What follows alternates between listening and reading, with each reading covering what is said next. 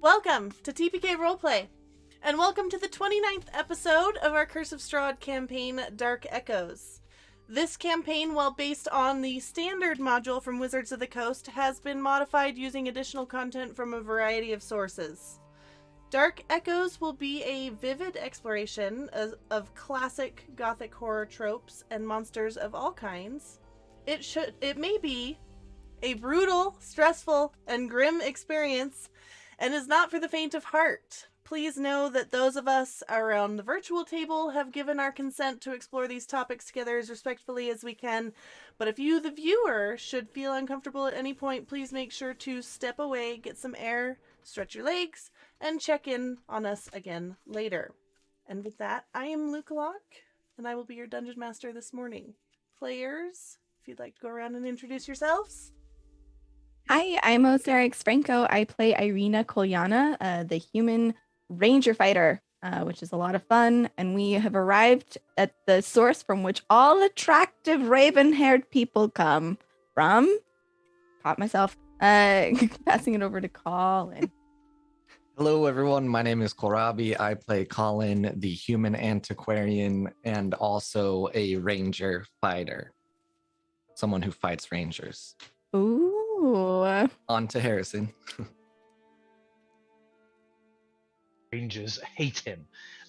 Hello, I am Harrison, and I'll be playing Sir Dantos Baromir, who is an Eldritch Knight who doesn't realise he's not quite as alive as he thinks he is. On to Toby. Hello, I'm Tony. I'm playing Toby or Tobias, the Lizard Folk Barbarian, the only 2-in-1 here. Who knows which is which, but we'll move that over to Turk. Everybody, I am Turk or Turk Extended on Twitch and Twitter, and I'll be playing with Dr. Rudolf von Richthofen, who is kind of a big celebrity. I don't know if you've heard about him or not. He wrote a book. Might have had it. That's what Maybe you've heard of him. Right, so last we left you, you guys were at the winery.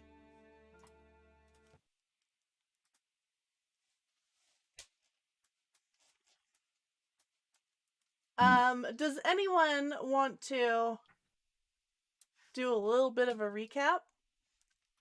I'll give you inspiration.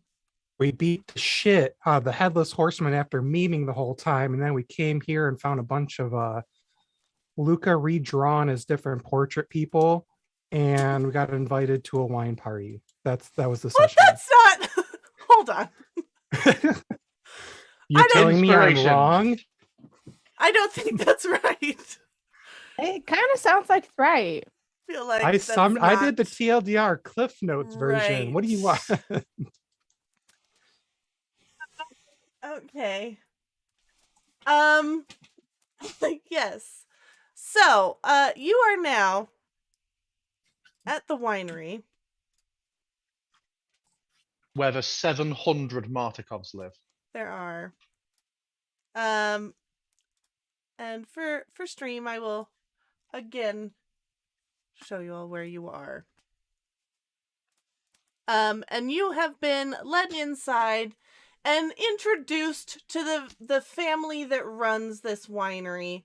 And for the sake of brevity, we went through all the introductions in kind of just a mass last time, so that we wouldn't have to one by one go over each time they met Sir Dantos and Toby, and had to have things very quietly explained to them.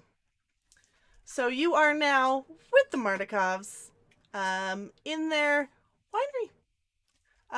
And there are quite a few of them, yes. instead of showing all of you the artwork again, I'll pop up the nice mural they have inside showing a family tree. But there are Sirius Black is on there. No, his name was burned off. But you guys are welcome to wander about the cabin as you wish, and I will bring us over there.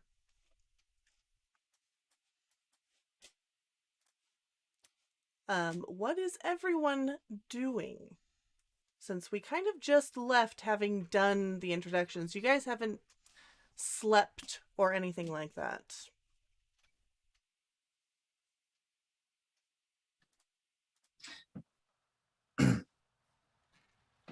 If we might inquire, the road has been difficult to us. Are there accommodations where we might make ourselves more presentable? Who are you asking this, Van Richten? Oh gosh. Who is our patron?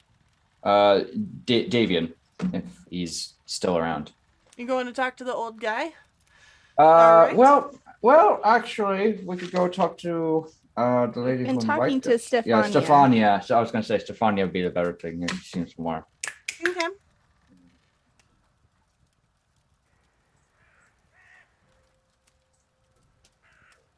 Right. Stefania will say, we don't exactly have rooms for many visitors. However, I can throw up a few cots for you in a couple of our rooms, and we can have the kids bunk up upstairs on the second floor if you wish. We do not need anything extravagant, I assure you. Merely some degree of privacy and areas to rest our heads. That would not put you out of sorts. That should be fine. Do you plan on staying long? Only long enough to see your problems solved.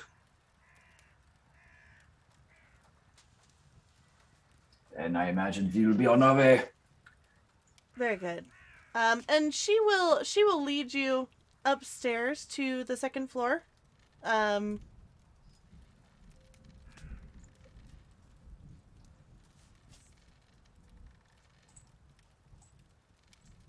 me pull you on there. Is everyone following her? Well, I certainly am. I want a nice place to sit down. Yes. Yes, I'm tired. I need a rest. Okay. I will just drag everyone then.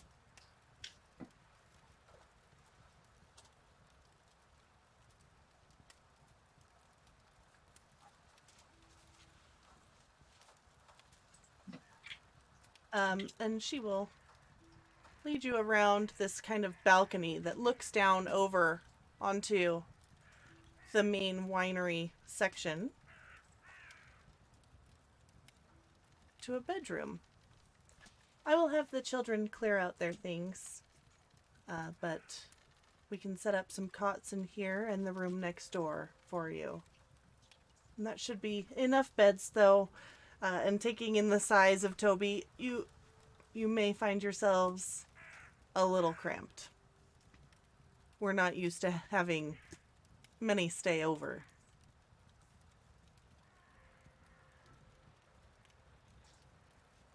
We have adverse accommodations, certainly.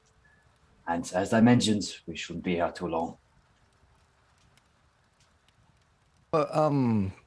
Sorry, but you were staying in tents in the forest for a reason, but now we're just coming back into the house. Did I miss something, or? Yes. The intent was to see the children into Vallaki. However, we encountered some difficulties with that. And so seemed like perhaps maybe not the best idea. And these difficulties are not inside the house or lurking around somewhere in the house? No, nothing has managed to make it into the winery yet. Yet. Cool.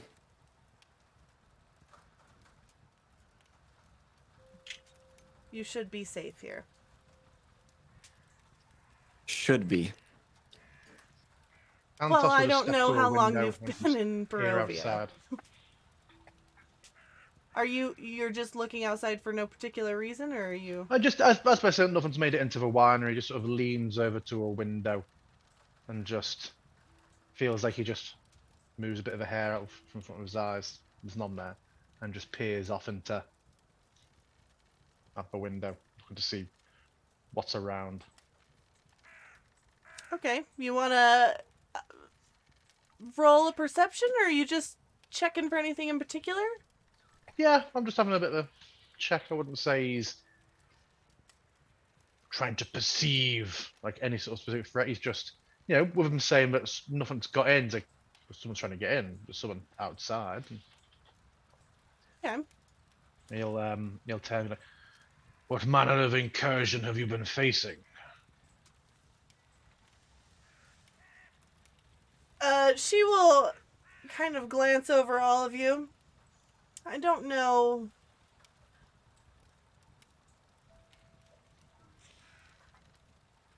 We have been dealing with some issues from the local residents of the forest. You mentioned as such people who think themselves druids, yes? Yes, they call themselves druids. But they are merely descendants of druids that are now twisted and corrupt. And you mentioned the use of blights, yeah? Yes.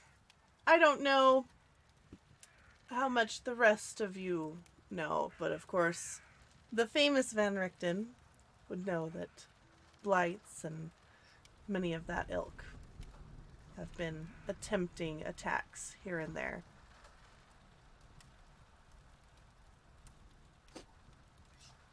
Well, it's a very simple workforce to raise up, even for pretend druids. I imagine it must be quite an annoyance. How frequently have they been raiding the winery? Or making incursions into it? Multiple times per week. Any time frames that they often appear in? Do they come at night or? Nothing predictable thus far, though they are definitely keeping us from traveling further south. I have encountered these creatures before. You must have no shortage of kindling, yes? Yes, and she will actually, gesture out the window, and you will see that there's quite a few what looks like almost piles of twigs and bramble here and there throughout the winery that at first glance could be considered for, tidying of the winery, maybe weeding, taking out old rotten vines and putting in new, but they're quite large, and every so often, as if they've been cleaning up the remains of twig blights. I have a question, GM. When we came in and there was we saw the family portraits and everything, are Stefania's children the only children here? Or at least the youngest that we've seen here? Stefania, yes, hers are definitely the youngest.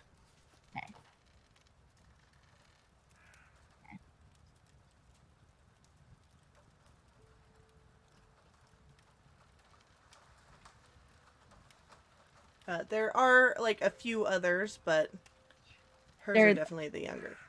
Is there are the others around 16, 17?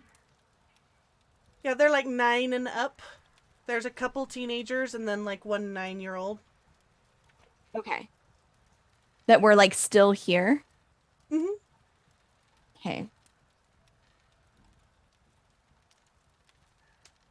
Yeah, the children here were Claudia, Martina, Vigo, and Yolanda. Yolanda was basically like the 2-year-old, the toddler. Irina, Stefania, I hope you do not mind me asking. You said that you needed to get the children to Villaki. There were children that remained here. Was there something keeping them from going? Would you be sending that for them once you had arrived?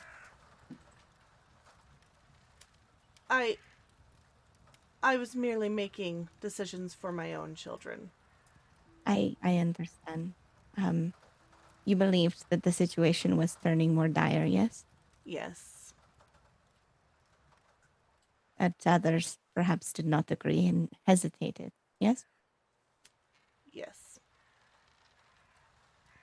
Loyalty to legacy, perhaps? It is clear that this is a family business.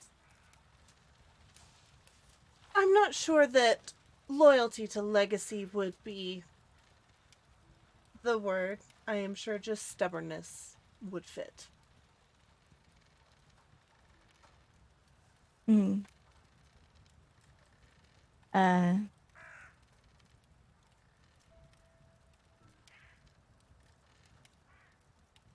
Irina will just kind of nod and get lost in her own thoughts for a sec.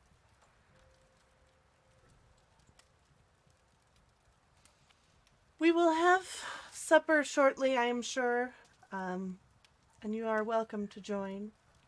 Is there anything else you need? I'm sorry, this is very strange. I don't have company very often here, and you are interesting company to have. Your kindness is appreciated, Stefania. If there's anything that we can do to help you and your family, we wish to do so. Well, I guess if we have any incursions, pitching in would be appreciated.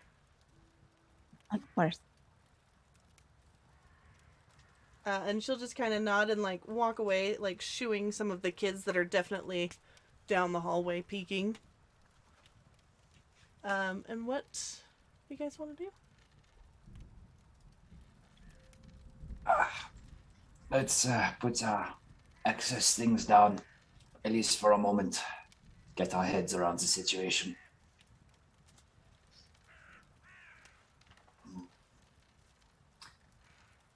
So Are these vats filled? Yes. Okay. Kind of like Dantos. Toes or toss? And Kind of up here, checking out the windows. And kind of leaning over, looking at the wine vats, and just getting like probably smacked with like a very strong vapor. That is a whole ass vat of wine. Is it like I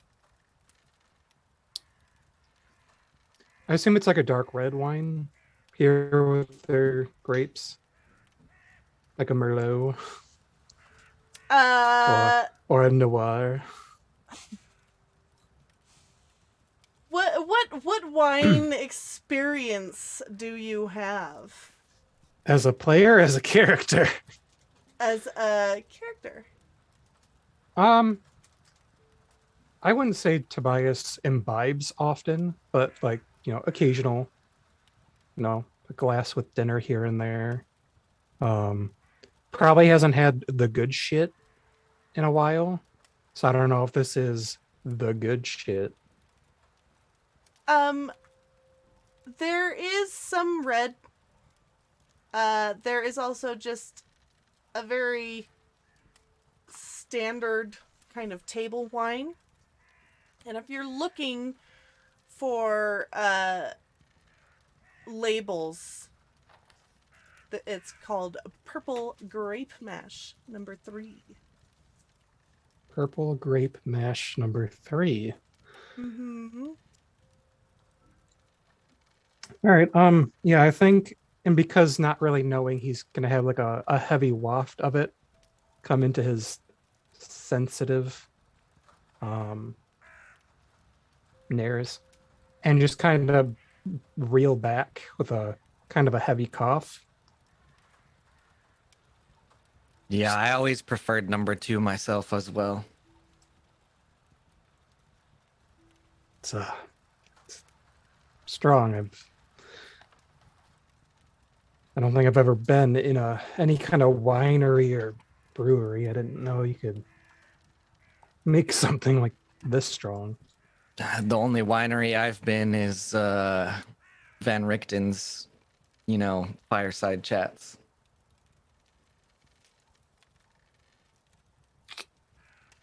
Got him.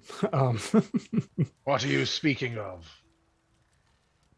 Oh, nothing. Just fun between comrades.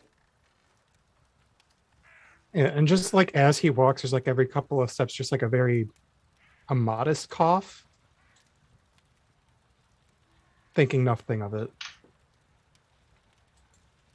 I'm gonna walk around with an immodest cough.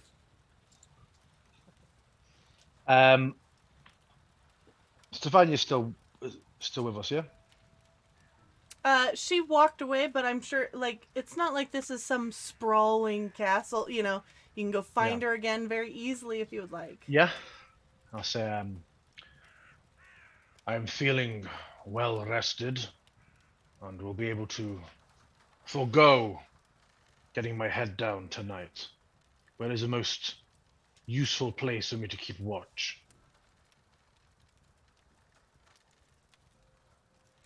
The most useful. And she's just gonna, look at you. If you do not tire or feel the need for sleep anytime soon, perhaps just standing guard around the exterior of the winery. Indeed, but from which direction do your enemies normally Mostly strike? from the south. Then I shall keep guard there. Very good.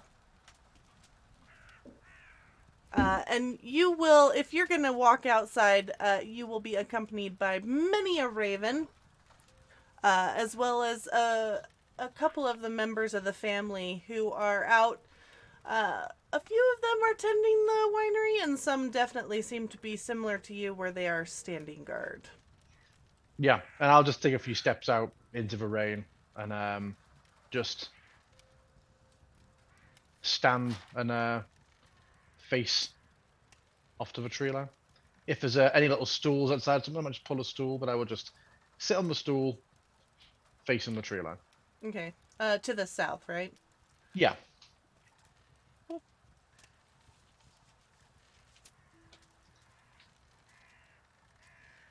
What is everyone else doing? I'm just pretty tired, and I took a little bit of damage, so I'm just ready to curl up wherever and start taking a nice little nap. I wouldn't say it's time to rest just yet. They have dinner prepared. Mm-hmm. You ain't my dad. No, but I am someone who knows manners far better than you do, and you should listen to me for once. Oh, telling me to listen to you just makes me not want to listen to you, right? Fantastic. So you'll be down for dinner. Of course. I never get to freaking sleep or rest in this place. You can It's rest so great. after your belly is full of Yeah, I can rest when I'm dead. I get it. Oh God. Sometimes Lucas I wish it pulled was up the sooner rather than later. That can be arranged. Oh, What? all right, Colin. How could this happen to me? What did you say, Toby? So, oh God, Lucas pulled out the binder TM. Uh-oh. It's food. It's the double headless horseman. Oh shit! His Wait, brother, who got ahead, but also took the a while. legless horseman. How about you? He's rolling towards you. I would say so. Kind of getting past the vats. I think Toby's he's still got like that cough going, but it seems to be lighted a little lighter than what it was. Just How do I move? stupid walls. Fuck. Yeah, the walls of The this hallway walls, do not they're facilitate stopping. movement. Where are But, you wanting to go, Van Richten? I'm just trying to be sitting in a room, but I can't get in. Want to open doors for you? It still does not work. It's saying the walls are. I'm too chunky. I'm too chunky. My goodness, I have too much time. No, it's all right. It's in the theater of the mind. I'm in the room, but if Toby's gonna just walk by with a goddamn cough, It's a light cough. It's not like I'm like fucking COPD over here. all right, but you didn't have a cough before, so I think it was just the the wine fumes were pretty strong. that's it. No other maladies you've been hiding from the group. Like what?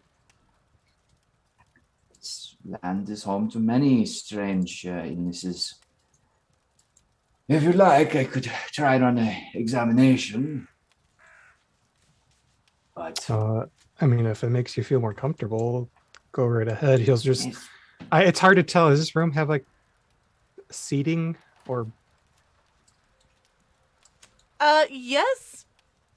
This room seems to like serve multiple purposes. In the corner is a little vintage looking printing press for the labels. Nice. As well as some small beds. But there are a few chairs and stools about.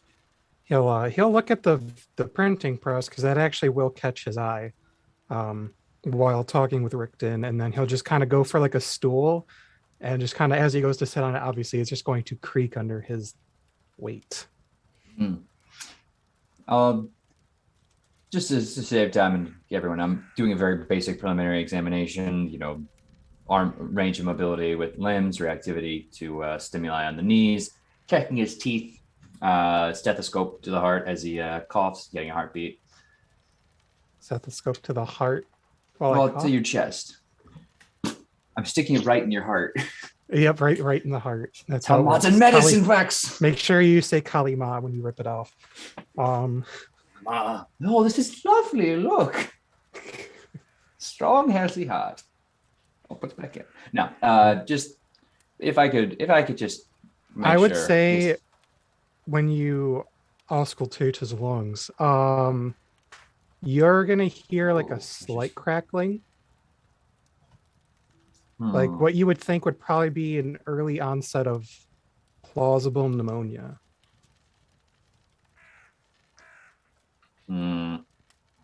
It's just like at the base, so it's not, you'll hear it like if you listen to lower, you'll hear it, but if you listen to the upper, you don't hear it. Yeah. It's very dull. I see my Brennan, I think we've caught something at the onset. Remind me, is Toby wearing like footwear in this rain? In his mind, he is, but he certainly doesn't. Likely due to your lack of protection against the cold environments we've been in, as well as, well, not to get into the weeds about it, I'll just do what I can. And I got a greater restoration, I think. Should do it, right? You're free to cast it. Remember, that has costly material components. No jokes in here, I don't have it prepared right now. R.I.P.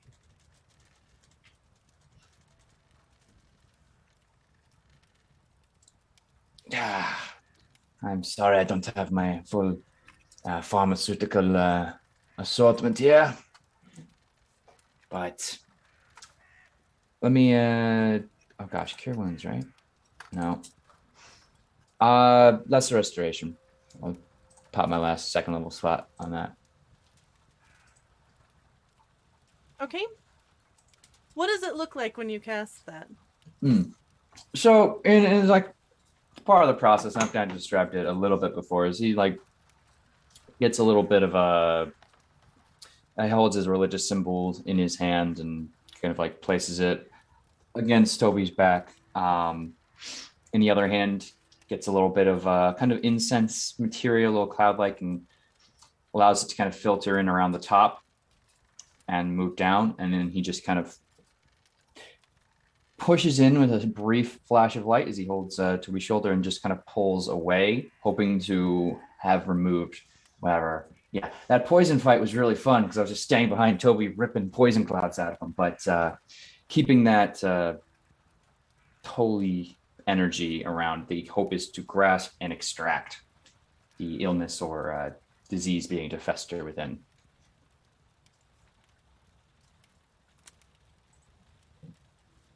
Toby, what effect does this seem to have on you? Lesser restoration. It's gonna seem to kind of work for a little bit. He doesn't seem to cough as much, and then the cough kind of comes back.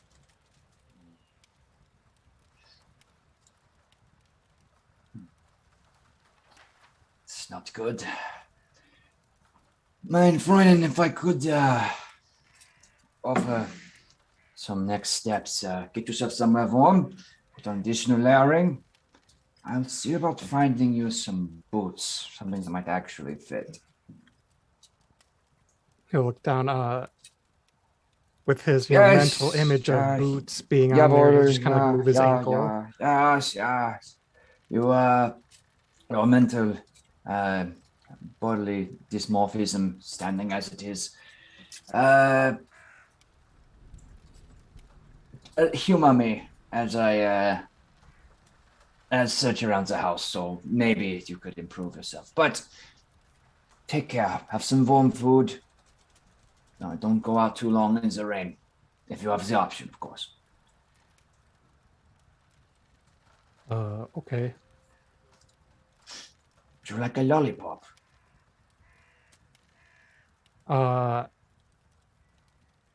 What kind do you have? Oh, I don't have any. I just figured I'd ask. Then why would you offer? Oh, I was asking if you wanted one. I want one too. He'll just kind of give you like a slight leer. Just like a level of disappointment because he kind of wanted one, and the fact that you offered it without having one is kind of like a slap in the mouth. Well, you could use a slap in the lungs to maybe dislodge some of that watery liquid, but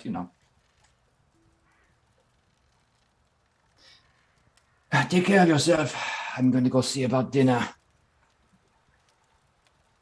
I can smell it already. Right? Let's go collect our compatriots.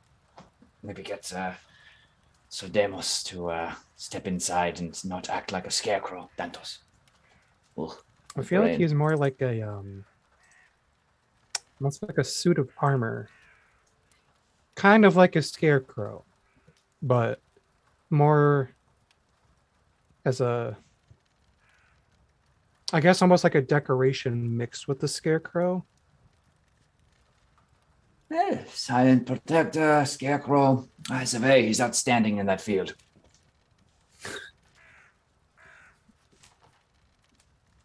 You would smell food from the upstairs room here, about 4 down from where you are, Van Richten. There seems to be like a kitchen and dining room. Second floor dining, how nice. The first floor's for the wine. Mm-hmm. That's fair. Yeah. You do not want to carry 40-gallon barrels upstairs. if you do not have to. Well, let's go see about the others. Yeah. What are the others doing? I mean, weren't oh, they went up there. Okay. I was like, weren't we all just in earshot of each other anyways? I'm chilling.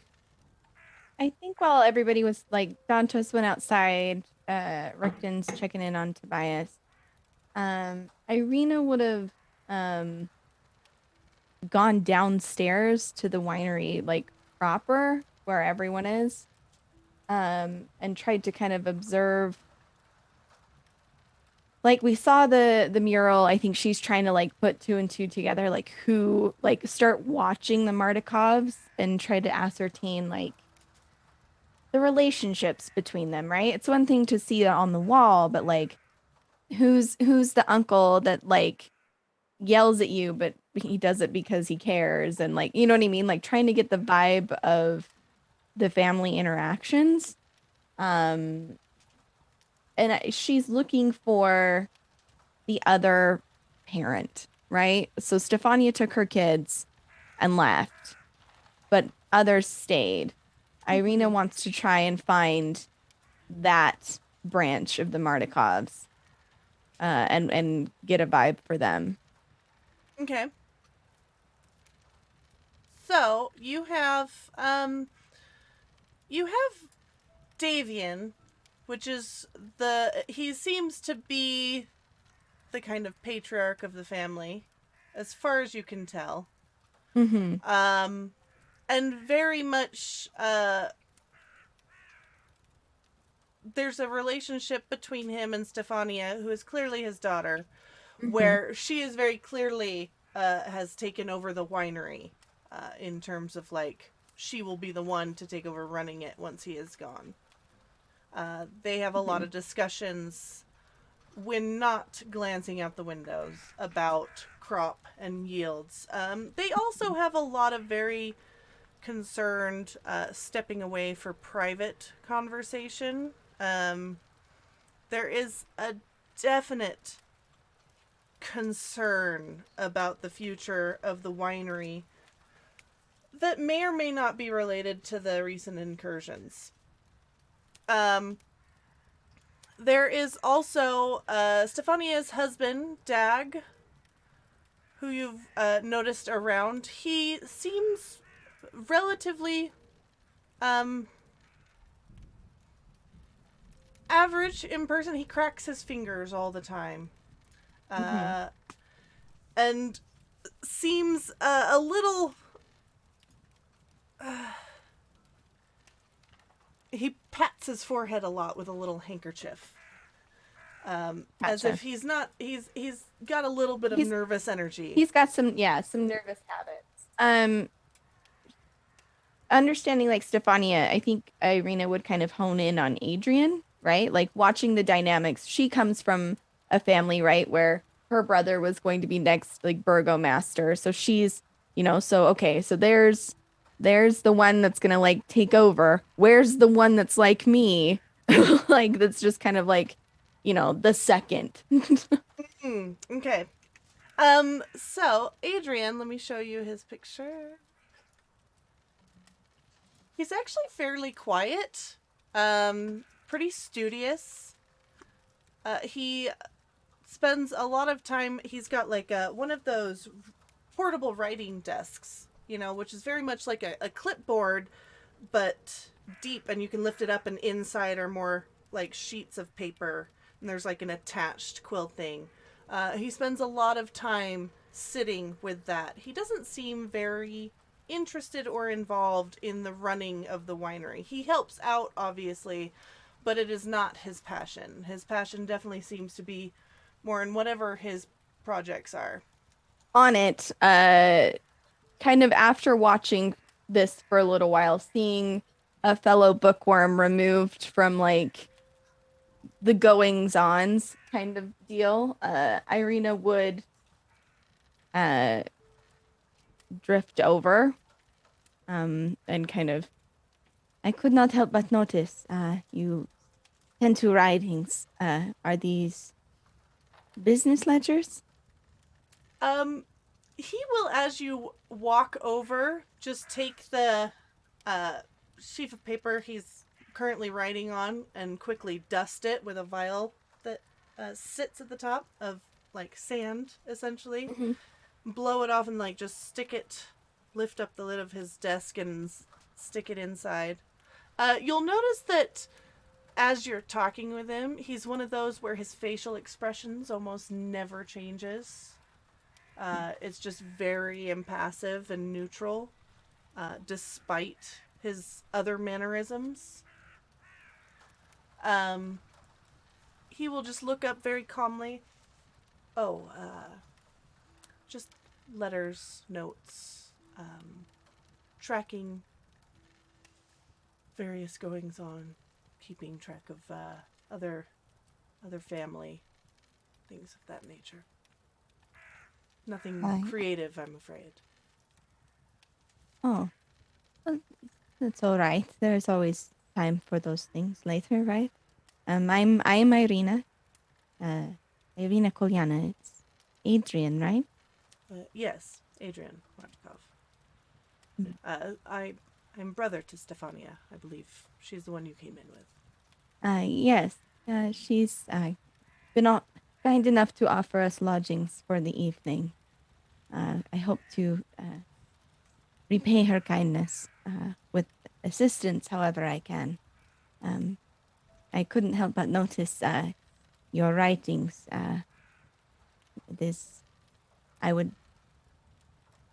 It is how I spent my time in what feels like another life. So I thought that, perhaps a kindred spirit in this. Do you write creatively then? I know I mostly read. I am from the village of Barovia. I was kept tightly, and luckily my father had books for reading. You are Kolyan's daughter then? Yeah. I was sorry to hear of his passing. Yes. How did you hear of his passing? We are far, and not many have known of it. I hear many things. I keep track. I like to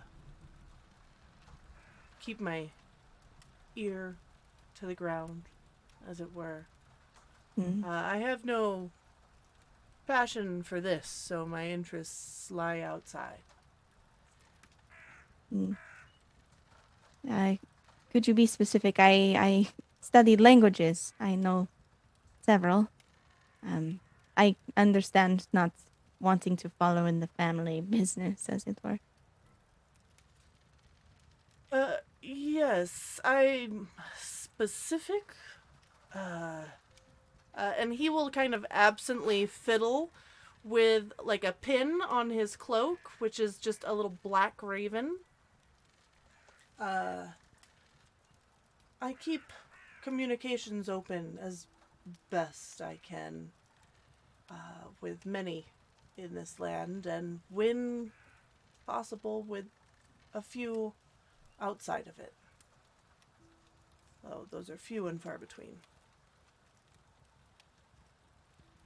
This conversation is not anywhere I am, right? No, it's downstairs.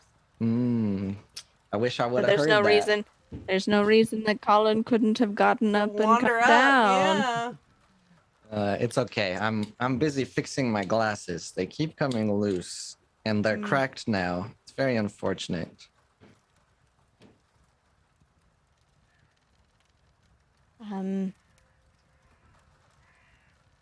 You can. Irina kind of like smirks, and looks at Adrian. It is no small feat to have accomplished this, to be able to send messages so far, particularly outside of Barovia. It relies a lot on the Vistani being willing to carry the messages for me. I understand. Do you use the ravens?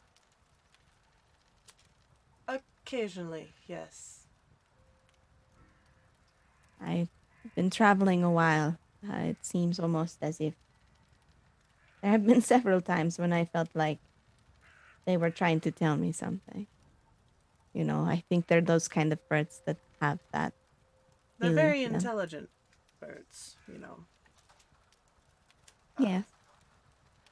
They've been known to befriend many, especially if you give them food or shiny things. And strangely enough, you'll hear like a indignant caw off somewhere, almost as if something was listening to you and got a little miffed about it. Yeah. Irina will smile. Remind me, is Adrian? Because I'm looking at it and I just want to make sure I'm tracking. Is Adrian? He's not married. It's Erwin that's married to Danica, right? That would have So- the other kiddos. Erwin and Danica are the two that own the Blue Water Inn in Vallaki. Perfect. Yep.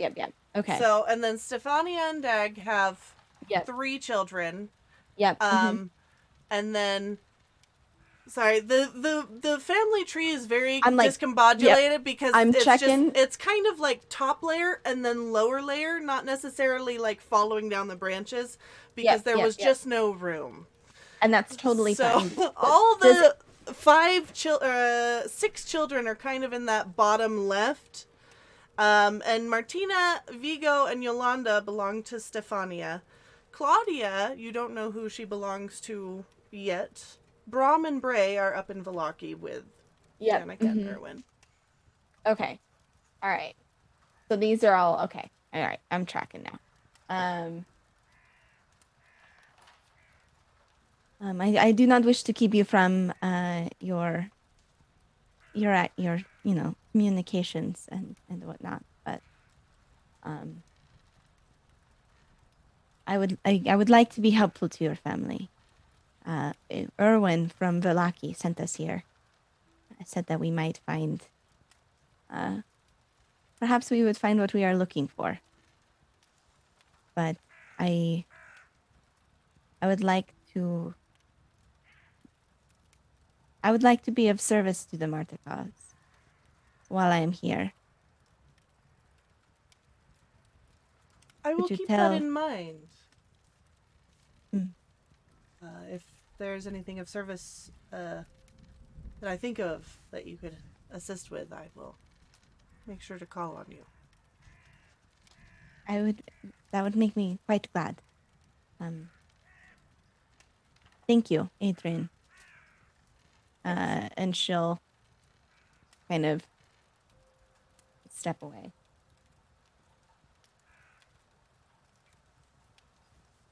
If you're continuing to go through the family, what you seem to be able to tell is that Adrian and Stefania have yet another brother named Elvier. And him and Alana seem to be the most parental over Claudia. However, she doesn't refer to either of them with mom or dad. She refers to them by first name. So Elvier and Alana, correct? Mm-hmm.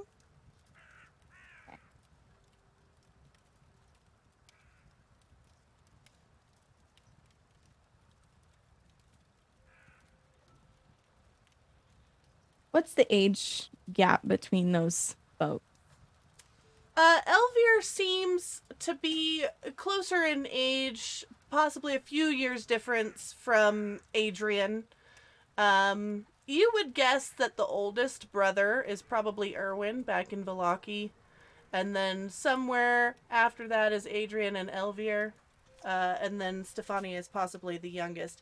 Alana seems to be family, but possibly not a sibling. It may be a cousin. Like cousins. Yep. And that's what I'm tracking, right? It's Yep. like we've got Claudia. I'm just verbalize the web that I'm weaving, right? Claudia perhaps had parents that are deceased, or she is visiting from another area, and Elvir has kind of stepped in to like act as caretaker in place of whatever kind of family structure. It seems that the Martikovs care for their own. However, that kind of boils down. They are a strong knit unit, right? Mm-hmm. That tracks. There's also Fyodor that seems to also be like a younger cousin. Okay.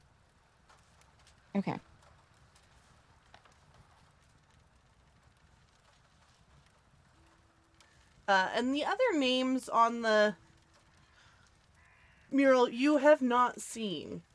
Obviously, like Angelica and Diavola and Nicholas seem to be Right. deceased because there are portraits of them on the walls, which you have seen. Yeah. But the others you do not see around here. I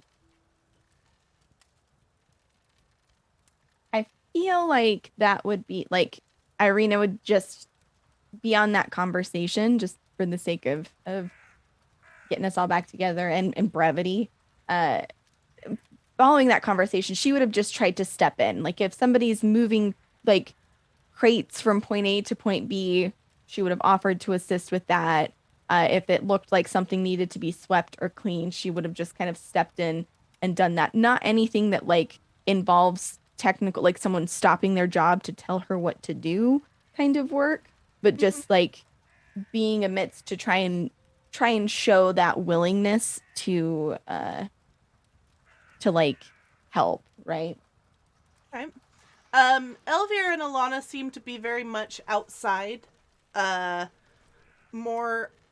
seem more combat aligned, or at least ready for action. Very like defensive posture. Yeah, that makes sense because Alana was like readying a bow when we showed up, so they're like Mhm. the guards folk. Yep, and Fyodor is definitely helping out with the winery type tasks, and so you could help him out with whatever, step Okay. in there, as well as the children here and there. Yep. But yeah, Colin, and then Serdantos. What are you guys doing? Serdantos is actually doing something of importance, so I'll let Harrison go first. I think, so despite having a fight, Serdantos is feeling good. He feels it was a good scrap before. He's got a bit of purpose. He just doesn't even feel tired. He wouldn't even notice himself feeling hungry or thirsty. So unless someone were to come out and remind him at some point, or unless obviously the DM is like, hey, that doesn't work, he would intend to sit there through the night. He would keep, because it was late afternoon, early evening, wasn't it? But we were getting here. It was getting dark in the cops.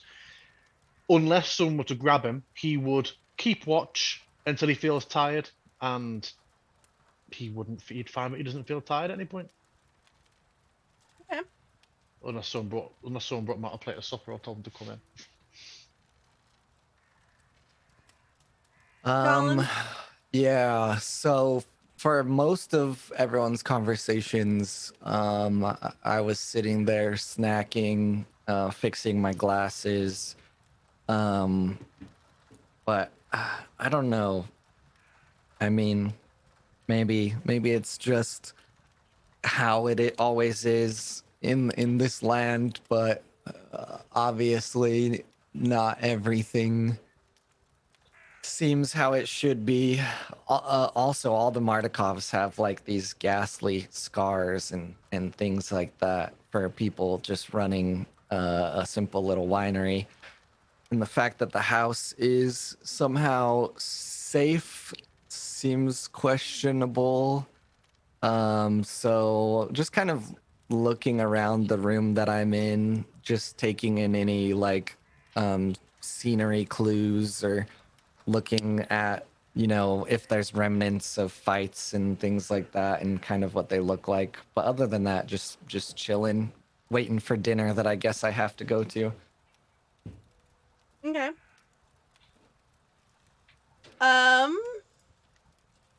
Let's see here. I guess at some point, Cerdantos, one of the children will come out and tell you that supper is ready. You are, of course, welcome to come in if you are feeling hungry. I will see if they have any information. I will speak for a while, and depending on how I feel, I shall return. I'll look to the child and be like, are you taking watch now? Or are you coming back in with me? Oh, I'll come back in with you. Good choice. I'm not allowed to do watch yet. And rightly so. Come. You lead the way. He will lead you inside and upstairs. Yeah. And Cerdantos is sodden from sitting in the rain. Okay. In fact, Elvir will move south if he sees you going inside. Cerdantos, you are soaking wet. You must be cold all the way through. It's not so. It's warmer inside. Certainly, but you will catch your... You will grow ill if you remain in these wet clothes. It has not happened yet, and I have spent many a night sleeping under hedges out here in the wild. I am made of sterner stuff, my lady. But your clothing isn't. It will smell. Rickton, do you have other garb, something dry we could have him change into? Well, I suppose, though I might not be able to match the finery of his armor. I look for my things. I'll leave, looking at the table, kind of wistfully for a moment. Follow me, Cerdantos, if you would. This is absolutely unnecessary. I disagree, and so does my nose. Irina will kind of move up to Dantos and God, lay a I don't gentle... think the smell would go from changing his clothes. It certainly will. It Not certainly that will. smell, but it's a start. She'll kind of Between death, wet death. put her hand on his... I know that you do not believe that you need it for yourself, but it would do my heart good. One less thing to worry about. Please? My well-being need not be anyone's concern, but very well, I will not be an ill guest. Thank you, Sir Dantos. I will follow Van Richten. To the changing room. And no, I'll get him set up. I love that it was very, very important that you flicked the scarf as you said that. Well, the doctor's eye for the undead corpse. I'll get him set up in some basic traveling clothes and try to heavily incense and, dried flour rub into it before I hand them off. Yeah, he will absolutely put the chainmail and armor back on over it once he's changing the underclothes, and you would see, if you are remaining with him whilst he changes, you will see this is a highly dead body. Yeah. Talking about near enough World of Warcraft Forsaken with all the clothes off. There's you see clearly broken ribs just sticking out. He is just like a zombie. Oh yeah, no, I think it's just a whole thing of I honestly as he starts he's like, I need to leave. And because he's starting to clutch towards his hand crossbow, just instinctively I need to go. We'll see you at dinner. It's probably why he'll let you put on the armor, because he can't be in the room while you... I may be some time placing this back on. I wouldn't recommend doing that, but okay. No, don't kill him. He's friendly. Don't kill him. He's friendly. Yes. My friend. Irina would, understanding that dinner's ready, or being closer to ready, to would go upstairs and quietly knock on the door where Tobias has been sitting, and kind of, hello, Tobias. Am I interrupting anything? No, just Rickton kind of gave me new shoes as he just kind of like again rolls his ankle about showing them off. They're wrappings effectively Oh. tied off with rope. But I if I could find boots that were big enough around, I certainly would. But I imagine I don't have that on hand, so I've taken some resilient, like, coat, like cloth, and just tied it off around your feet, like booties. Arr. Yes, my feet have been ace wrapped. Toby got the booties. What coat did you use to do this? Well, not my nice one. Right. I have Okay. my spare nice one. I'm just gonna need His to roll other to nice have coat. any of the Martikovs recognize their coat chopped up and I wrapped love- around Toby's feet. I love that, like, Rickton's gone full Fab Five for this session. It's like battlefield medicine. You just got to do what you got to do, and sometimes that involves making people look presentable. Irina, I think this will be helpful. The dinner is going to be ready soon.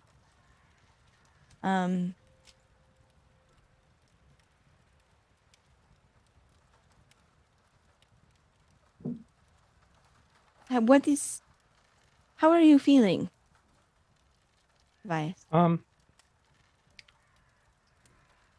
Okay. I got a little bit of a cough, but nothing major. I mean more about,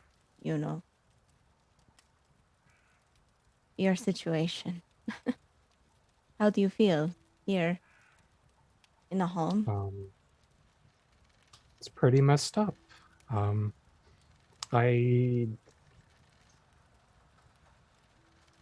don't know what we're gonna do or how we're gonna do it.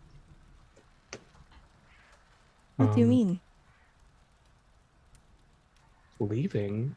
I mean, eventually, hopefully. I don't know. He'll just kind of like shrug. Is Toby's gear in here? Is this what? His gear, like his weapons, or Yeah. Yep.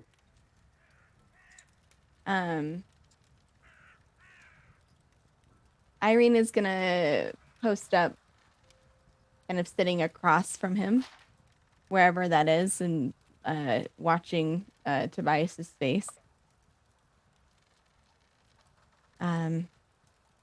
You would like to return home. I mean, of course you would. Yeah. My family's waiting.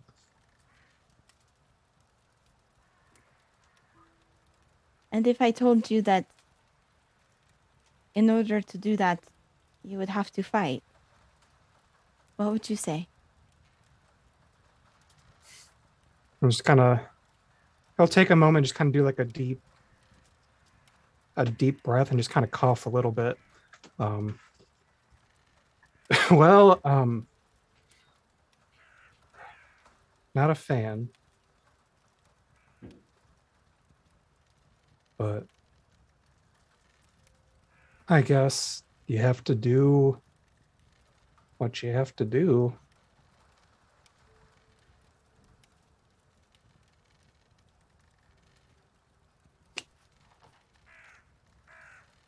Yes. I suppose one does what one can. I know that your life was very different before you came here. I can relate. I was not a fighter before I left my home. Do you know how to use your weapons? He'll kind of glance over to the battle axe and the wooden dagger and just slightly shake his head. They're a little bit. It's not like I ever trained with them, but when I was swinging the axe with those werewolves, I don't know, there was like a part of me that knew what was going on, but I really wasn't questioning it at the time. I was kind of more adrenaline in the moment, just going for it. Mortal Peril has a way of doing that, you know? Instinct, I suppose. And you could have fooled me about not being a fighter before you left.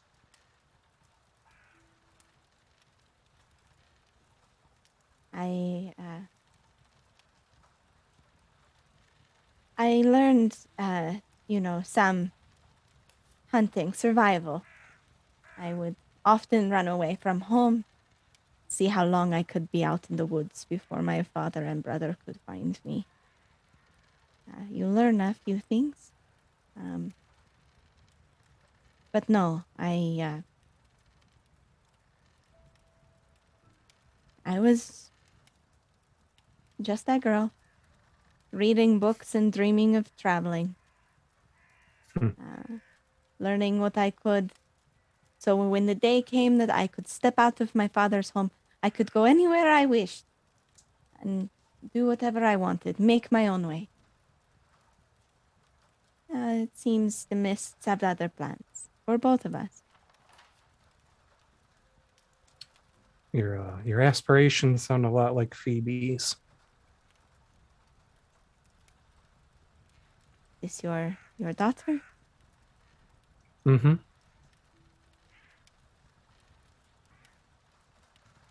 Would you like to tell me about her sometime? Sure. She'll kind of nod and stand. They have supper ready for us. But before we head down, I might suggest, if you would like to have a more full awareness of how to wield your weapons, I'm sure Sir Dantos would be happy to assist. I could maybe help with a few dagger tricks, but might be wise to try to be as prepared as we can be, you know? Yeah, if this land's full of wolves and werewolves and headless people and flying horses with sickles and scythes and vampires and creepy priests, I guess being prepared is a good thing. Yes. We will fight our way out of this land yet. Yes?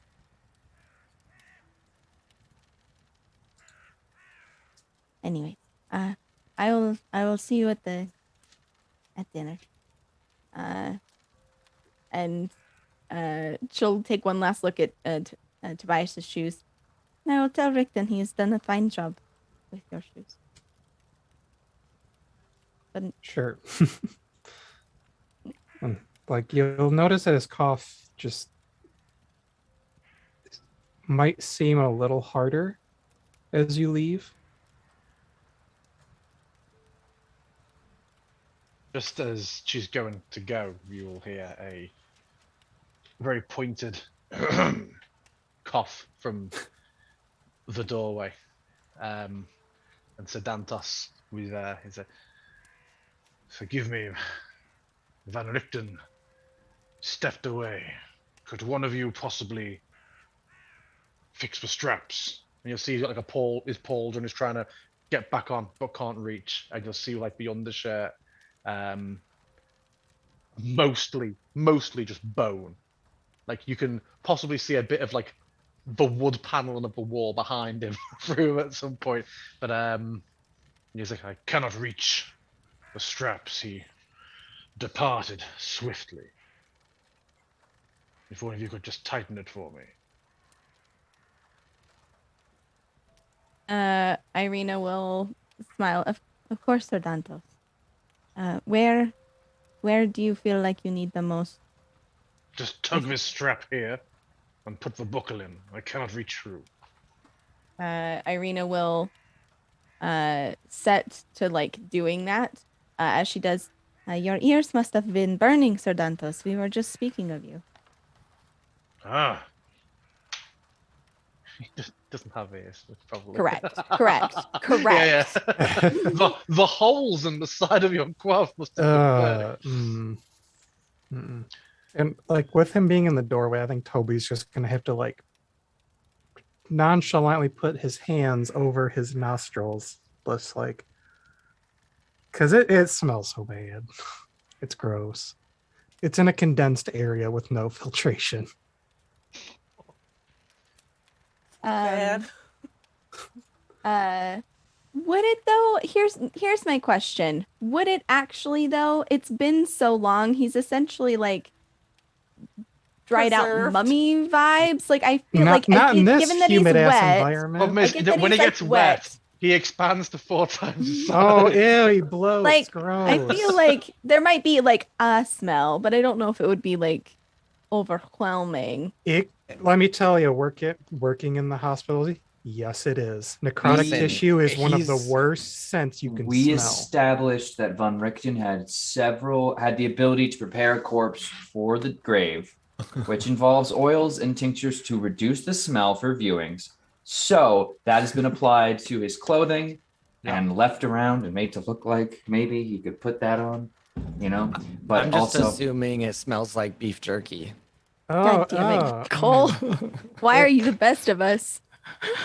Disgusting. it's because he's so beefy. Where is my Um, finger gone? Yeah. So, Yeah. your ears was. She would then turn to kind of Tobias. It is possible. I will not speak for him, but there might be a request of your assistance later, Sir Dantos. Well, actually, no, Sir Dantos. Would you be willing to train in weaponry?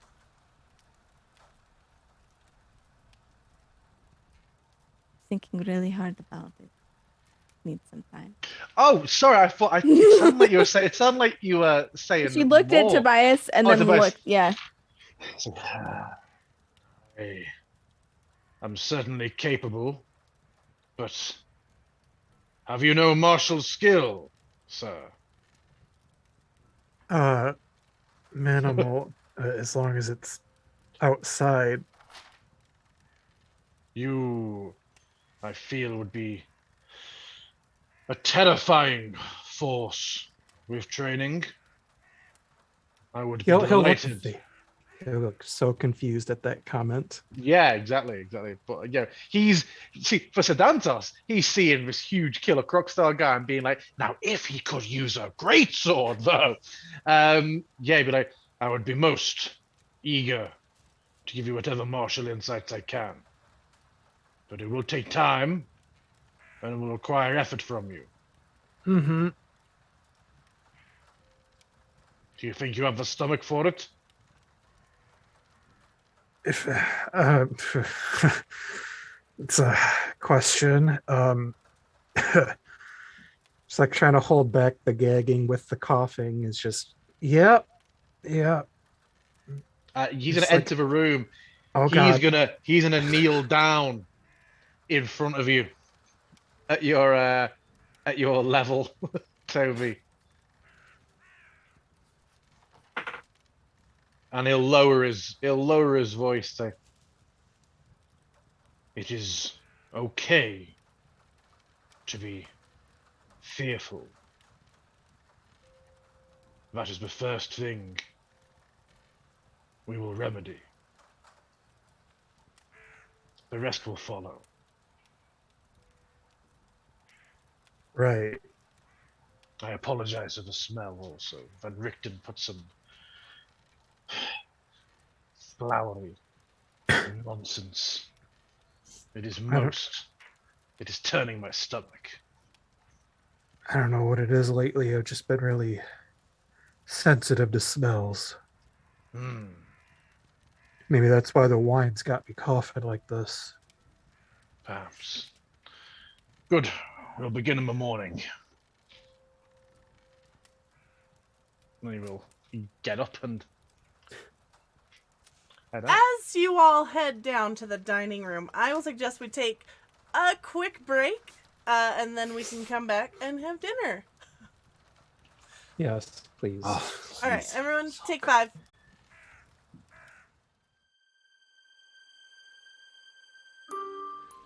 And we're back.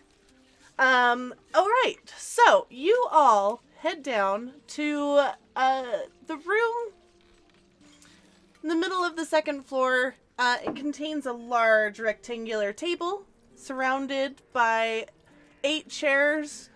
There's a few that have been squeezed in, a few extra that have been squeezed in.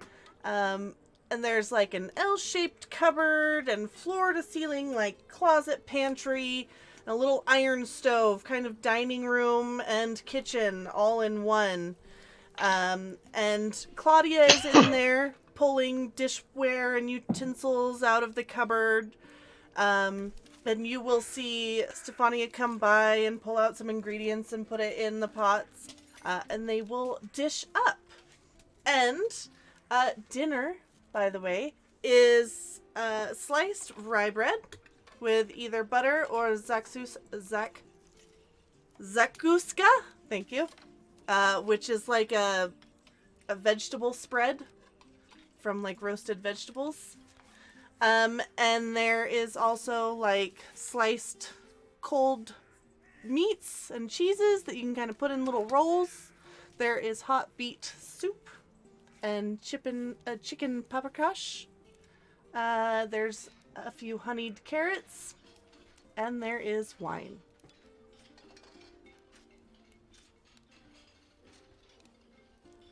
I think Toby's going to unknowingly be salivating. I don't know if anyone here has owned a large dog species with the whole jowl thing. Okay. I just can't wait to see the crocodile. He's like, yes, and then it goes rolling around. No, Death he has roll. manners. He's not some Yeah, wild yeah. beast all the time. But especially They're all while in he's wrong places. if it's Tobias, he's like, cutting everything and like he's holding himself back. This is like an actual legit dinner that he hasn't had in a long ass time. It's simple enough, but delicious. It's warm, it's hearty, and there's lots of wine to go around. Yeah. Sedantos will do the whole. He'll stand until everyone's seated, and then he'll sit. If there is a bit of a cutlery arrangement going on, it will become apparent that he certainly knows like the proper ways to dine. There's no cutlery errors here. This is someone who knows their dining and their manners. Formal training. All of that. They teach it at night school. Get out. I can't play anymore for undisclosed reasons. Turk is dead. Oh, I'm gonna watch everything that Dantos does and do the opposite just to be exciting and fun. Exciting, fun, a problem, all these things. Irina would settle down next to Colin, like as everybody's kind of getting into their food, keeping an eye out, like for Adrian to see, like when he enters the room where he sits, that kind of a vibe. But she would lean over to Colin. Colin, were you able to get some rest? No, Van Richten said I have to come to dinner, so here I am. So what have you been doing? Just in the room, just sitting? Oh, playing tiddlywinks with manhole covers. Manhole covers. What is that? It's something that really far developed towns have. It's a new technology, but it's just a joke. I was just Oh. sitting, kind of looking around the area, eating some snacks and thinking about what the heck is going on here. I was able to speak with one of the Martikovs, Adrian. There, she'll kind of gesture. It seems the Martikovs have a very sophisticated system of communicating across Barovia. He mentioned even outside of Barovia. Perhaps this is something we could use to our advantage. Should they decide to make us friends? Do you have anyone outside of Barovia that you can contact? Irina looks at Colin and oh please, does the eye roll. I thought that maybe you might. I don't really think so, unfortunately. There's no one that might have information that could help us? I'd have to think on it, but No one you would want to message at all? I mean, I would want to, not anyone among the living at this time, but I can check in on some of my old contacts, I guess. Where are we in comparison to where I came from? That's the question, and how far can these messages travel? I'm not sure. I did not press for further details. My assumption would be it is rather limited, but and perhaps it is not best to push now. Wait until we are, have confirmed they are the hope and help that we wish them to be. If messages can get out, why can't we just get out? He said that it relied upon the Valaki, or the Vistani rather. Apologies, too many V words. The Vistani for assistance. So I if would assume it's. make myself a Vistani, does that mean I can just leave? I don't think one can just make oneself a Vistani.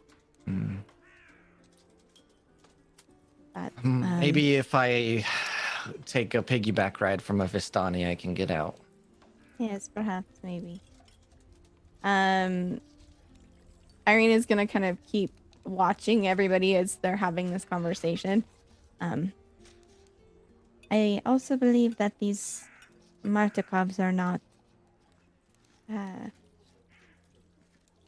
not exactly what they seem. I could see that. A little, you know the saying, birds of a feather and flocking together, yes? I think I've heard it once or twice in a book before. But are you meaning it literal in this sense? I think that there is some element of literal interpretation that might be accurate here, yes. That could be rather interesting. I am rather concerned that there's supposed to be so much danger in this place, yet we haven't seen it yet. So when will it come? It seems that Stefania is set to take over the winery, and yet she was the one that was leaving with her children. Others seemed to not have the same urgency. I hope to learn more, but I do not wish to pry. These are secretive people. I'm afraid that my curiosity will come across as brash and rude. Guess you'll just have to do some spy work and eavesdropping and who knows what else. If only I knew someone who had a ghostly owl that could do those kinds of things. How convenient that would be. If only I knew how to speak owl. I can try my best. Have you tried hooting? I do very often, but I feel like there's a language barrier. See, I only know Common and German, or as I call it, where I'm from, English. But Tobias didn't like that, so. Would you like to learn more languages? Oh, well, of course. They say that the more languages you know, the more intelligent you become. I don't know about that, but and then in Sylvan, Irina will tell Colin that he has soup on his shirt and start wiping some of the beet soup that's like kind of spilled.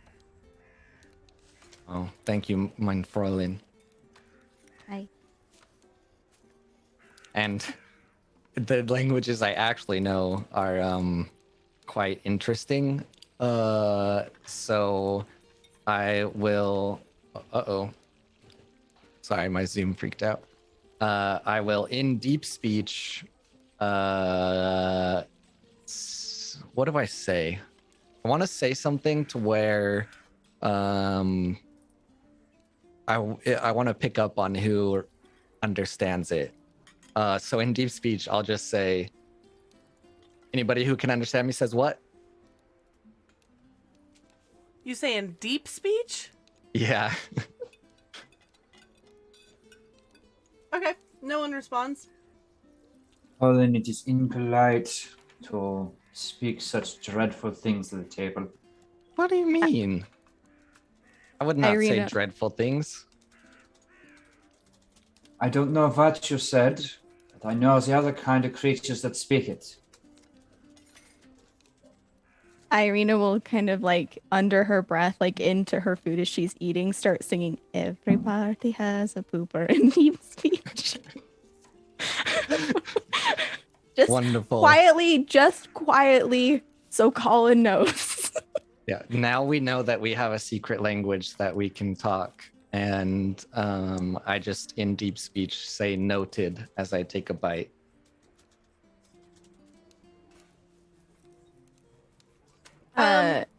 The Yep. children have all been watching you with fascination, but the rest of them are just kind of eating or making polite conversation, mostly about like things that families at the end of a busy day would discuss. Stefania is definitely talking with Davian about the occasional business thing that's very innocuous, shipments and things of that nature. Talking to the children about what's to come after this with bedtime and everything like that. Elvir and Alana are discussing kind of just rudimentary plans to fortify against any further attacks. And most of them are politely ignoring your guys' little conversation that you're having definitely in We your... should spy on them. within your group. But the children are less practiced at manners and very much will you'll find them just staring at you guys, eyes flicking back and forth between you all.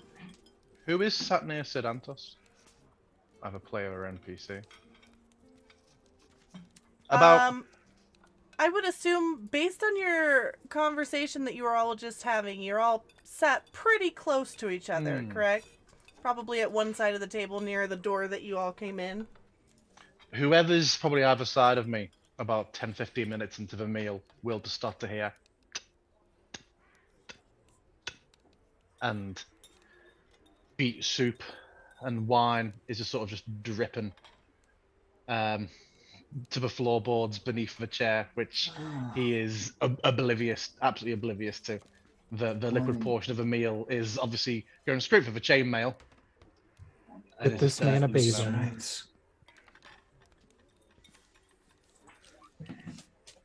Okay.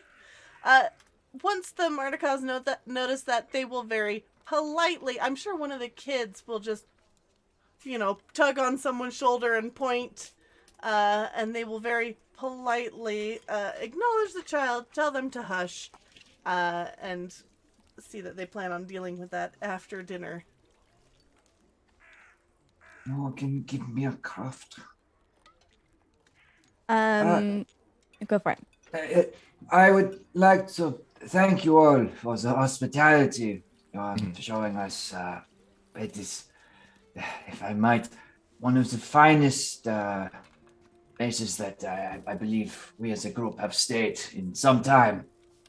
Yes, altogether, I suppose one of the first places, but for, excluding Sedantos for about a moment, our last place, our last resting spot was no match. I'm curious, have you heard of the Abbey of St. Macovia? And I look around the table, judging, watching, waiting. Yeah. Davian will just kind of, you should avoid that place. Ah, yes, well, see, that's the funny thing. I wish we had come to you first, for we didn't. But,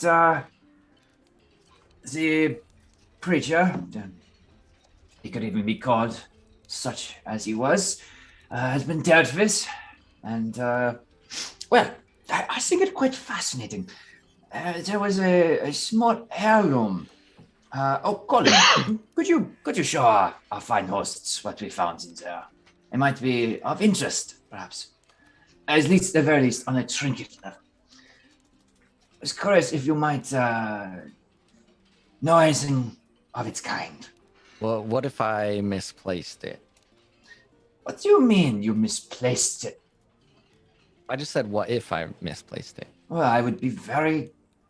Yeah. Let me look through my pockets 1 second. And he'll just start pulling out a bunch of random stuff. Gave it to you as an act of trust, so I would be a little hurt. I assume you're talking about the raven, right? Yes. Oh, very hesitantly pull it out and just in the palm, lift it like this. There will definitely be a beat of dead silence from all the adults. Quickly recovered from. At which point, Damien will say, "That's a curious trinket you've got there." I have many. Indeed. So this one, though, to be fair, Colin, this was the only one recovered from the Abbey. That's what you think.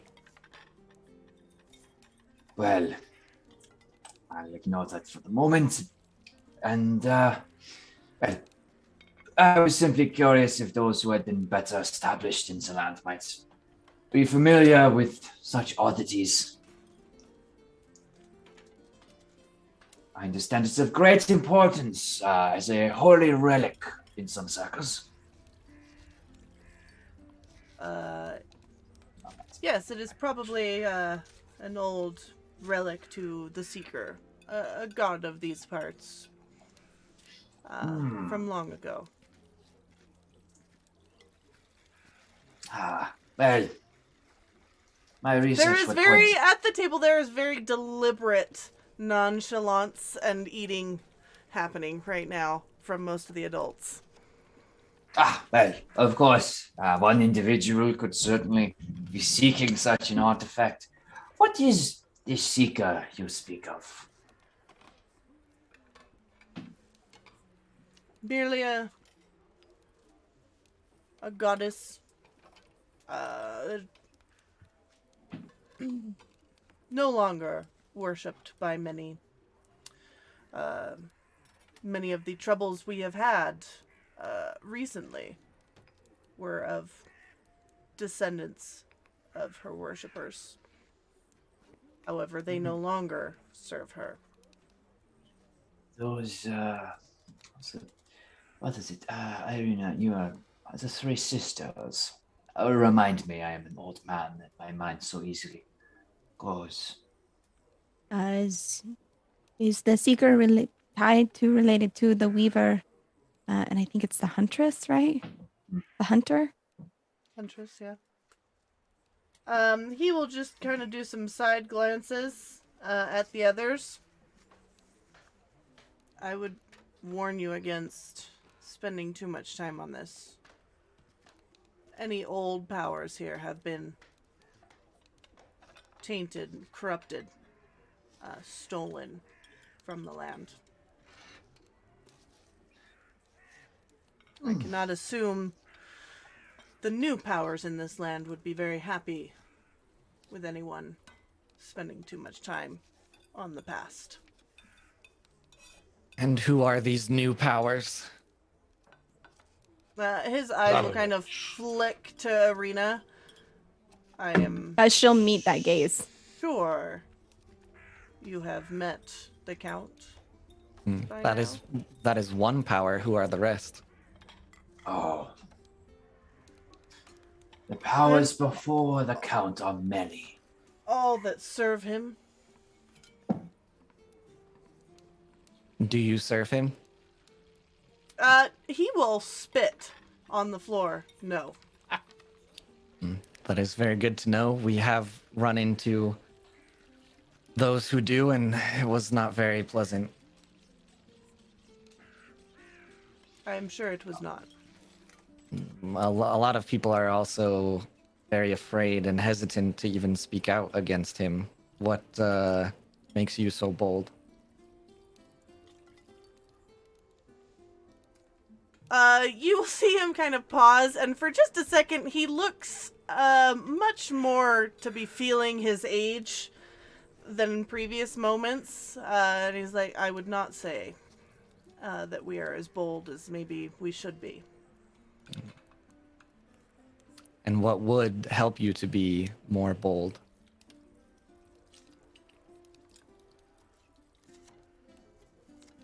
What are your plans for that trinket that you carry around in your pocket? Which one? The raven one? Yes. I don't think I have any specific plans for the trinket itself. It is our intention. Oh, please. It is our intention to fight against the land.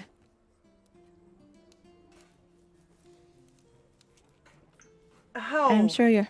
do you intend to do this? Little of this, little of that. Irina's gonna kind of look at the children at the table and like kind of sense like, does it feel like this is an appropriate like vibe check? Does this feel like an appropriate time to just like get into it? Like what are the other adults doing? Elvir, who always looks slightly angry, and Alana, who is very much in the same vein, are right in vibe with this conversation. Dag is, still, he's got his nervous energy. It's not like a scaredy cat energy, it just is a nervous energy. He is very pointedly eating his food, just in very tiny bites, as if he's not really paying attention, but just kind of going through the motions and trying to stretch out how many motions he can get. And And then safety water cup. just Adrian is listening, but again, his face is always impassive. You know, just you have no idea what he's thinking, but he is very clearly listening. And Stefania, she will glance at the children, but there is very much an air of, this is the family, this is their family. Okay, well,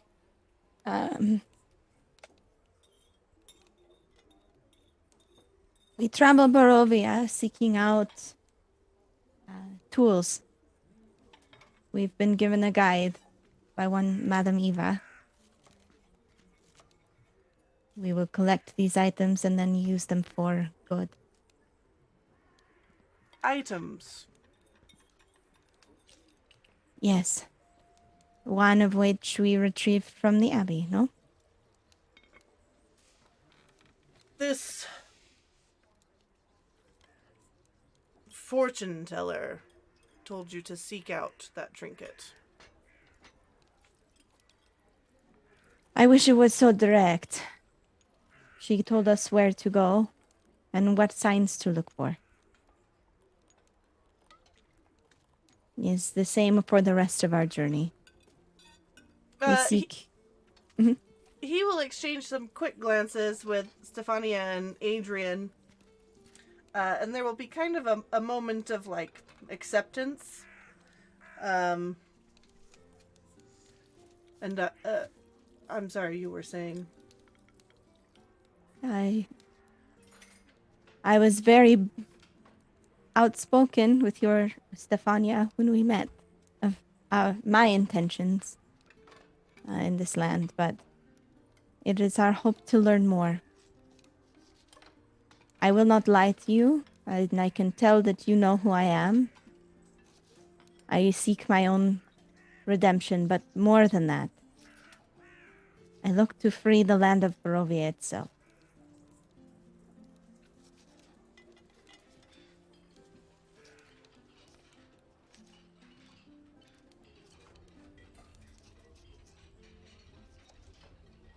She'll kind of look across to Elvir and Alana, who those are the guards folks, right? Yeah, they're, I mean, they definitely seem the most, battle hardened. Yep, she'll look at them. I do not expect, or I would never ask anyone to fight with us. But any information, aid, lore of that what is forgotten that could be remembered that would help us. These are the things that I hope to find.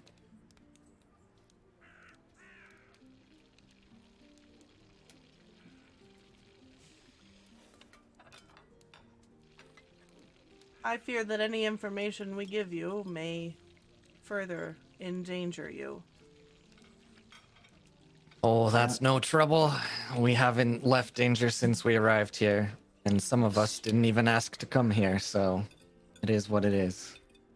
We are going into danger one way or another. The assistance of the keepers would only aid us. Stefania will look up from her food and just...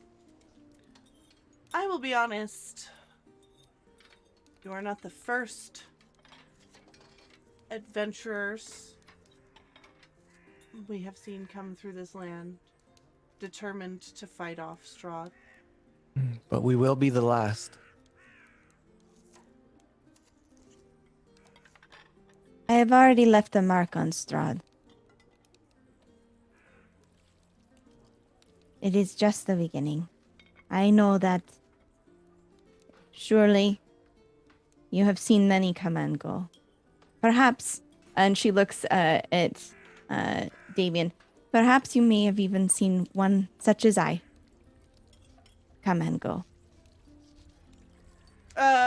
He will just kind of do a side smile and just say, not me, but I have heard of someone with red hair tied to the Count's past.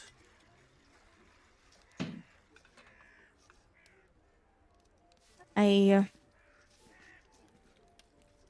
know that we have just met, and we are quite the eclectic crew. And she'll kind of look as Sir Dantos is dripping in his chair, and then but turn back. But my convictions and the convictions of my party member are strong. You may have had adventurers pass through here, but I highly doubt that you have had such people so deeply invested in the success of this mission, in this quest. Adrian will speak up and say, you understand that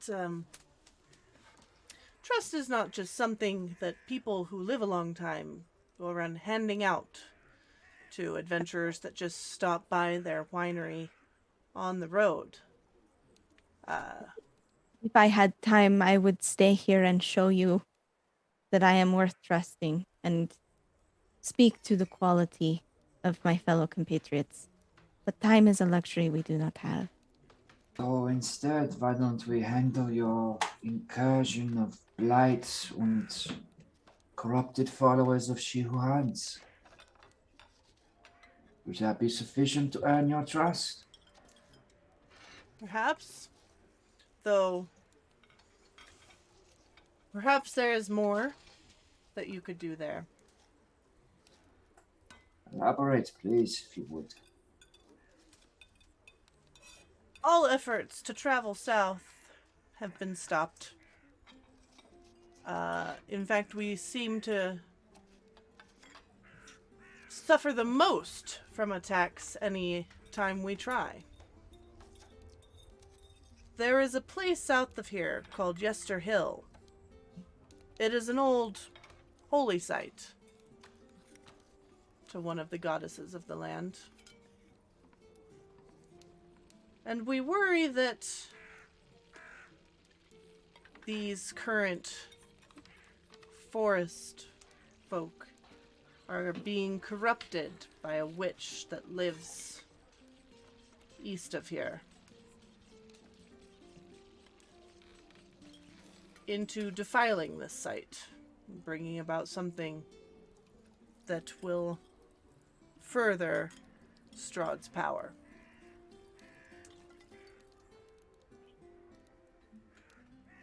Perhaps you can make it south. Then make it east as well. We cannot recommend that. But I understand if you want to. And Alana will look extremely emotional at this moment, and Adrian will continue. We have a few members of our family that have traveled east in an attempt to gain information, and we have not heard of them since.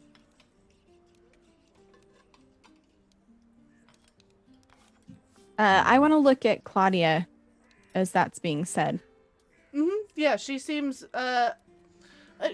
actually more in control of her emotions than Alana. But there is a sort of stiffness to her at this discussion.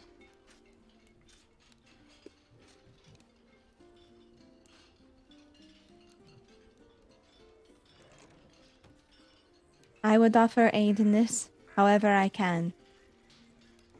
Again, I do not wish to free only myself, but all of us. Davian will cut in.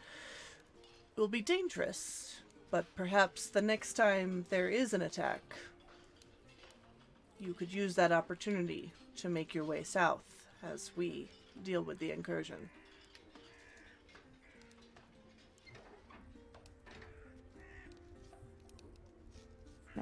Irina will look to Sir Dantos at that. What do you think, Sir Dantos? I believe it is acceptable. Give us the opportunity to do good. I am somewhat familiar with this hill. If I cannot speak to the activity that take place upon it. I can drink to this, and I will hold my goblet full of wine up and see if anyone will join me in a toast. Yeah, Irina would raise her glass. Yeah, he will drink. He will drain. He stands to do it. He will drain the cup. It is immediately apparent. He seems to be oblivious and sits afterwards. Yep.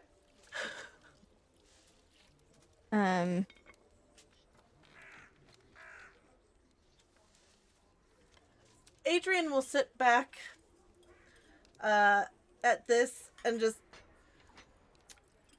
if you are wanting, I do have some books, some old notes, some lore from a long forgotten past. We could go over it, and I would be willing to share this with you if you are planning on going south, and even more if you are planning on going east. That would be incredibly helpful, Adrian. Yes, please. I would offer any knowledge that we've gained along the way to your cause as well, if it can be helpful.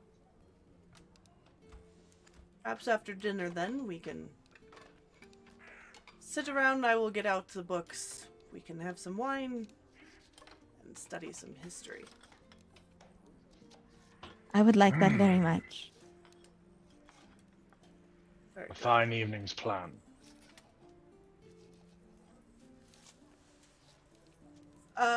If no one else is saying anything, one of the children has definitely, who's sitting near Toby, is definitely going to kind of like scoot their chair up close and just.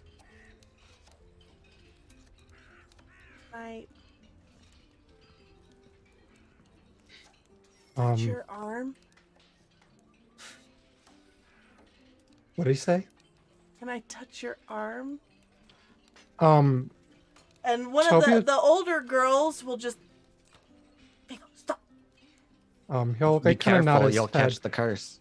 Very this entire time Toby's just been, at first he was slowly eating, and then just has slowly gained momentum into veracity, along with like coughing in between every few bites, and he just kind of washes it down with a little bit of wine or water, just like trying to listen in, but he just seems so focused on the meal.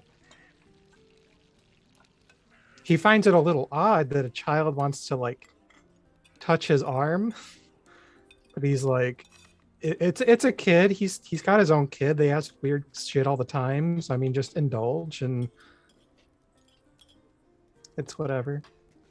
So if you seem to approve, even after Colin says it's how you catch the curse, he will just kind of brush his fingers along your like kind of scaly looking skin, your reptilian skin, and then he'll do the check of like seems okay. It takes 24 hours to set in, so be careful tomorrow. He seems actually like kind of excited about this. And then he will go back to eating. If there's nothing else, dinner will eventually wrap up. Stefania and Dag will get the children off to sleep. Claudia, of course, is tending to herself. She's old enough. And then Elvir and Alana will actually return outside to just kind of work the perimeter, walk around. And Adrian will invite you downstairs. He'll pull up some chairs. There's a large fire down there. And he has a stack of books and like loose papers that you guys are welcome to look over. Let's see here. Let me stop this and I will do...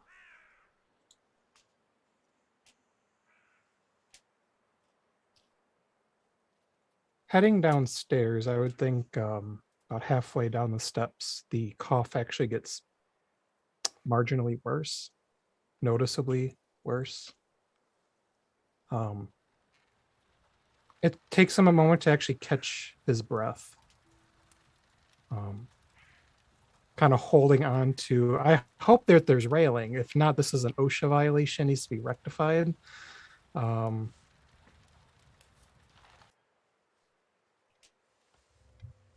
Tobias, are you all right? I think so. I'm just getting near these vats again. And he'll just kind of like try to cover his mouth. And he kind of pulls his hand back and just kind of notices something Just kind of wipes it on a My what he passive believes is a perception pant is leg. 21. Oh fuck. Yeah, that had some kind of discoloration to it. It was pretty dark in color. You can hear that his voice starts sounding more hoarse. And he seems to probably be almost shuddering, as if he's got chills.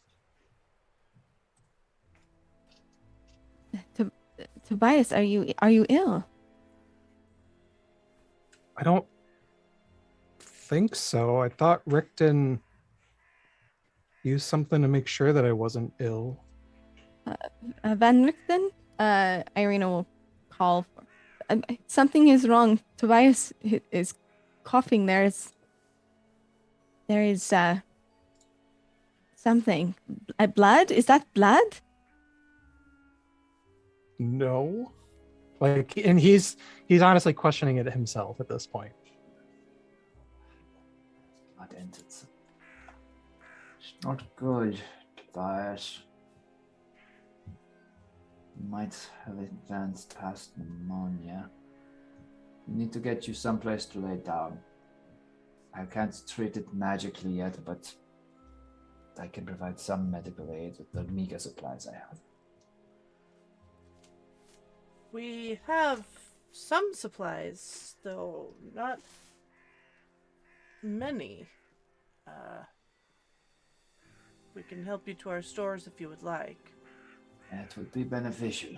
I unfortunately have run low as my cart was destroyed in Velaki. Of course. Well, come now. Let's see what we can do about you. Rest of you, please. Read and rest easily. My primary doctorate is in medicine, after all.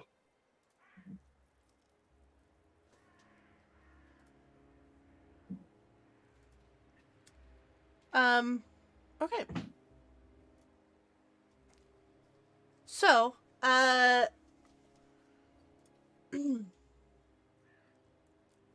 you are sitting around,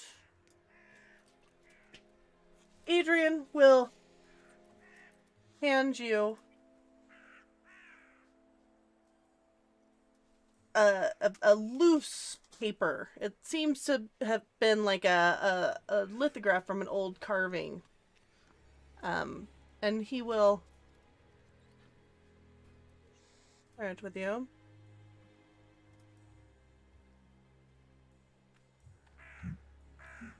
Did that not actually... Hold on. Yeah, it came across. Oh, okay. All right. He will say, before Strahd, and again, my notes are limited, but there seemed to be 3 goddesses of the land. There was the Seeker, the Huntress, and the Weaver.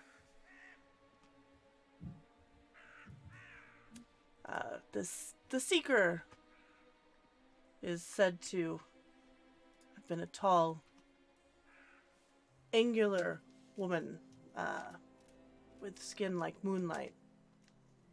She had dark eyes with no irises or pupils, and a mane of raven feathers where her hair would have been.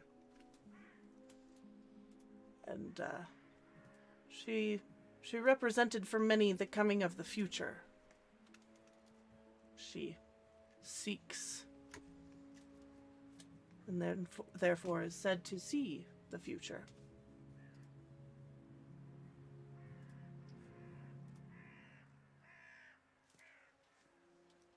We are somewhat familiar with these, and Irina will pull out of her bag the kids' book that we had found, and just kind of gently lay that to the side, not wanting to interrupt Adrian. Ah. Yes, I know this book. The other goddess, the Weaver. She was more playful than the others. She represented for many the remembrance of the past. She kept the weave, so to speak, and knew how things all fit together.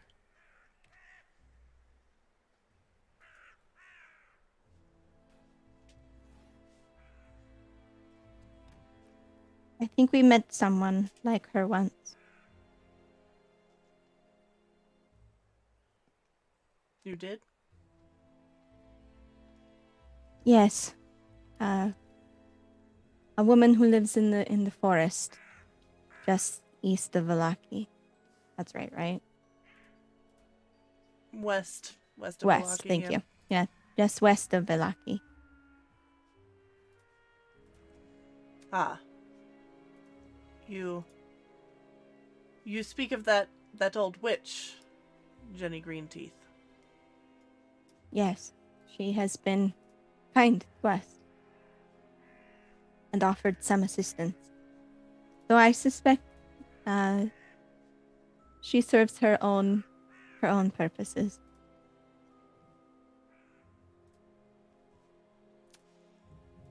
Most witches do.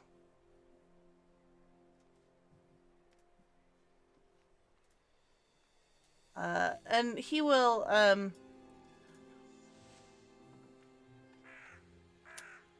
the Huntress,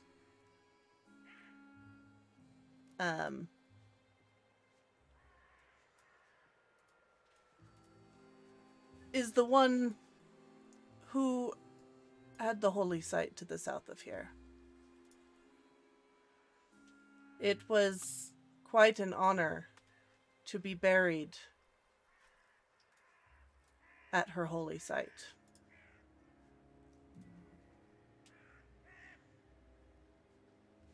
And I'm finding all my notes, sorry. There we go. And he will show you, it's kind of a drawing of an old stained glass window.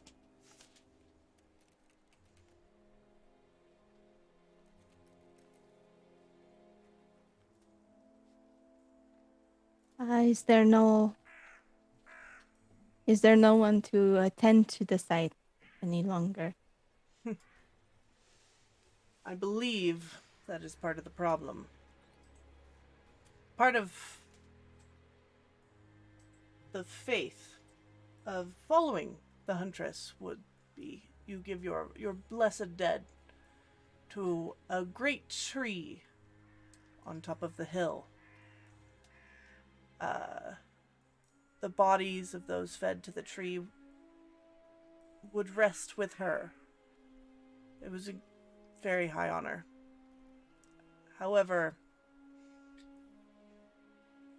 when Strahd conquered this land, many of the holy sites and followers of the old ways were corrupted. This witch in the swamps to the east seems to be determined to continue that. We believe something is happening there. Further desecration.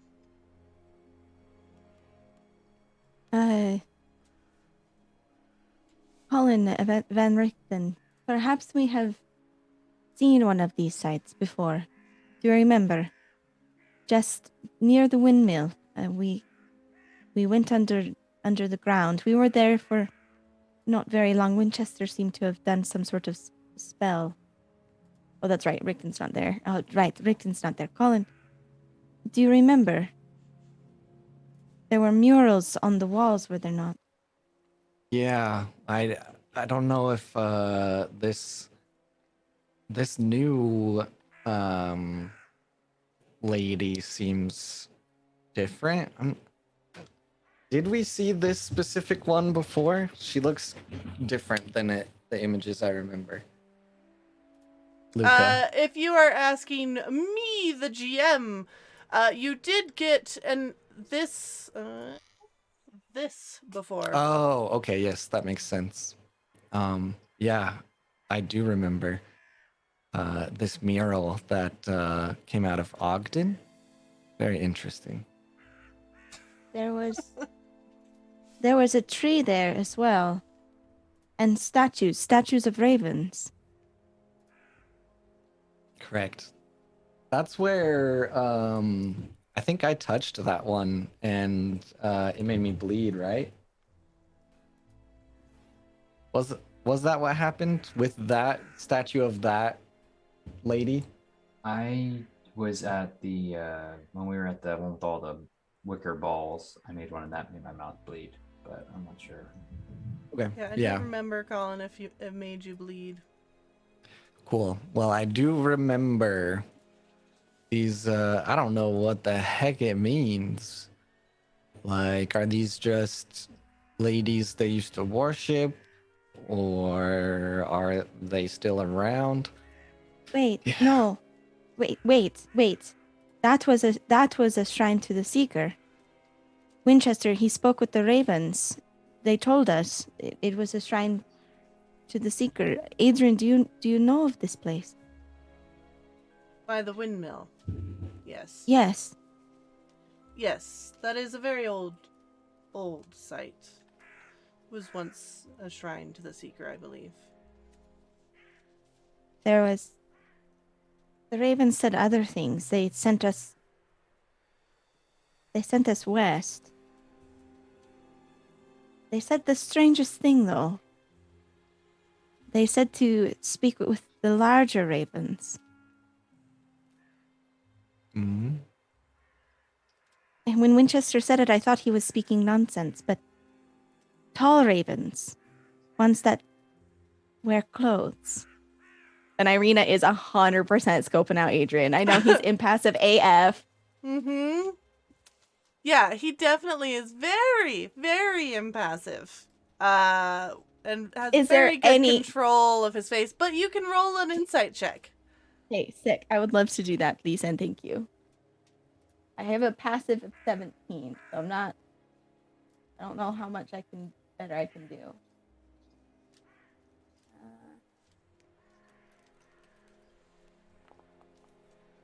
God damn it.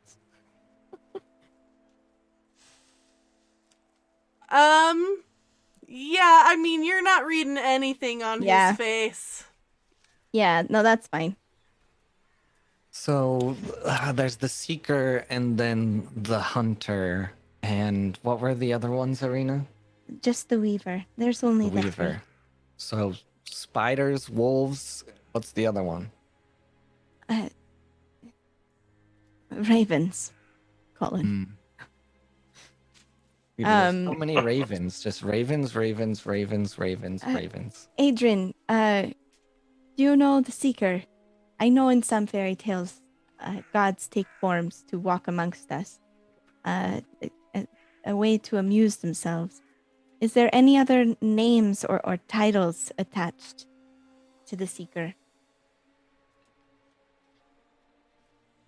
Have you heard of any of them? He is going to look as if he's about to respond and then just say,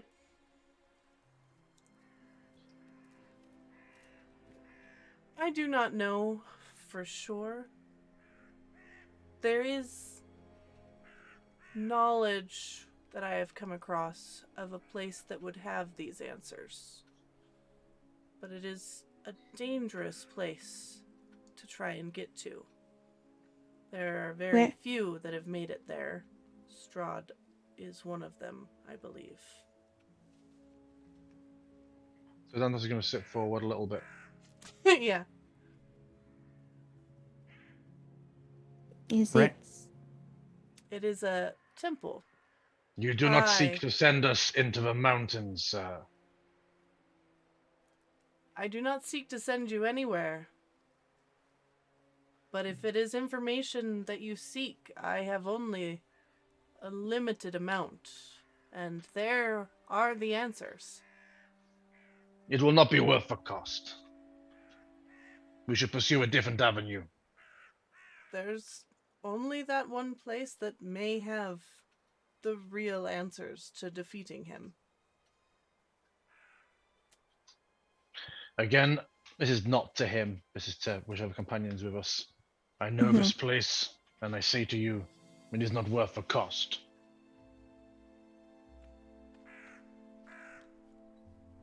What do you have to lose?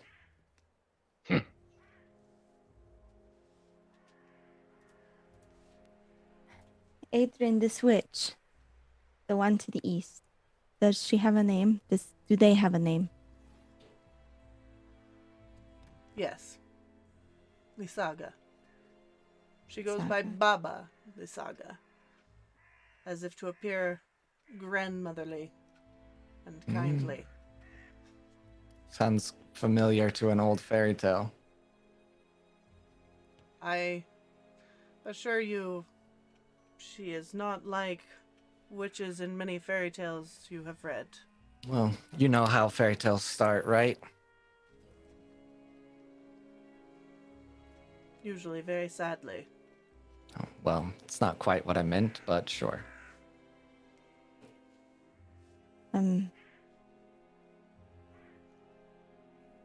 Does the name Laura Stoneheart mean anything to you? No, it does not.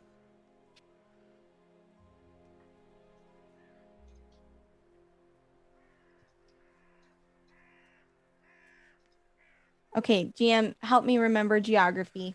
When we first met Jenny on the road out of Barovia to Vallaki, she was in her cart with all of her little monster parts. She had mentioned a missing sister, Laura Stoneheart. Tracking my geography, is this holy site that we're headed for, that's supposed to be dedicated to the Huntress, in this same general location that Jenny had mentioned she was last seen? Yes, so if you are looking through the piles of loose papers, this is the map that Van Richten had. Including the note of the distance is 0 miles to a really long hike. But you will see in these loose papers a much more detailed hand-drawn map, as if drawn by Adrian from his own personal notes. And between Lake Baratok and Vallaki, on that little path, is where you came across Jenny's hut. Yeah. And she said to go south. Yeah, but we met her early on. You also met her on the way out to the windmill, yeah. Yeah. And there was the cart, what she was coming from a direction, her cart was covered in spider webs. Like, I'm trying to, like, using multiple points. Was Jenny coming? Yeah, was Jenny coming from where, I know this land is massive, but, like, at least was she moving from south? She seemed southwest to just be to southeast, traveling on the main road, like west back towards her hut, maybe from Barovia. Gotcha. And okay. With the way this map plays out, it would either be the castle on the hill there or Berez south, I would think, because we got over the bridge just as we met Jenny. Who would like to roll an insight check for me? I mean, I'd be willing to do another one. I ain't got no problem with it. Come on. For frick's sake. The 12. My insight's only +8, so. You want to roll with advantage if Colin's helping you? Yes, please. Okay. I don't think it's gonna get better, but let's go. I'm sussing out these bakas. I will also allow a history.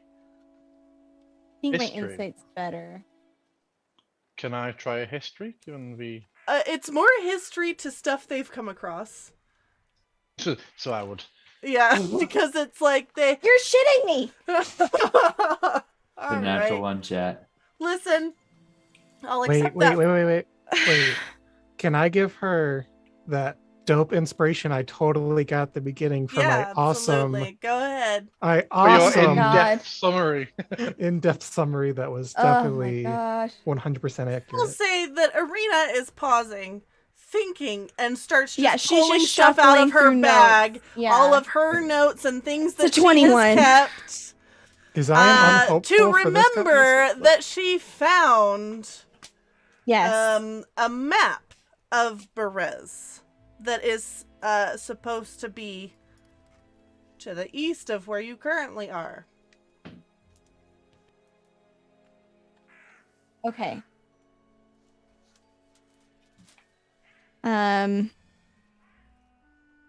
Adrian, Yes. your family cautions against traveling east. Yes. I've heard of a village there, a Berez. It is... There was a village there. Now there is only swamp. It was flooded then. Yes. We assume.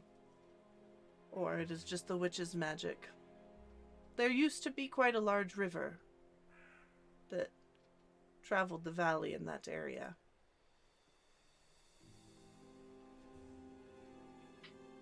Perhaps she uses its waters to flood the valley, making it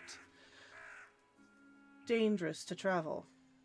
It is miles and miles of swampland, riddled with creatures and lesser witches.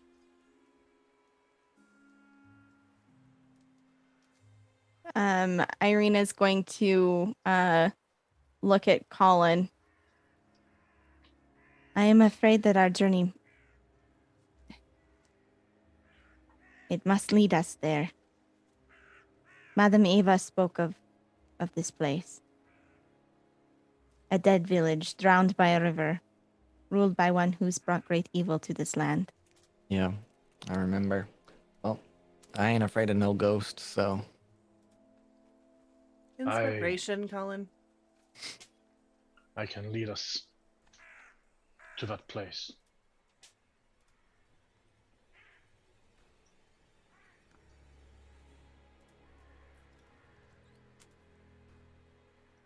So, what have we learned, gentlemen?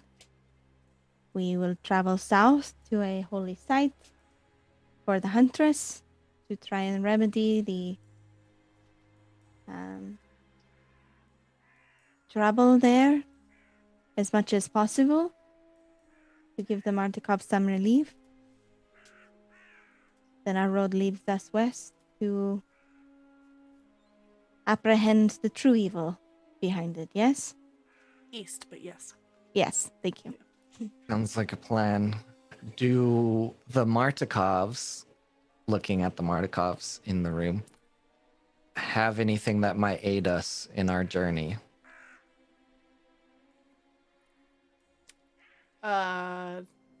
No, and if you were to ask them, Davian would look at you very sharply and say, "You have more than we have currently."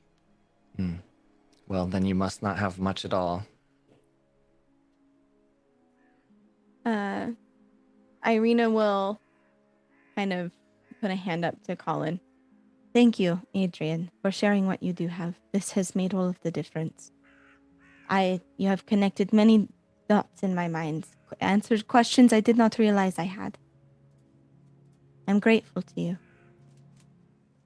Of course. I hope that you all are the ones to do it, finally. I can guarantee you we are, or we'll die trying. Either one.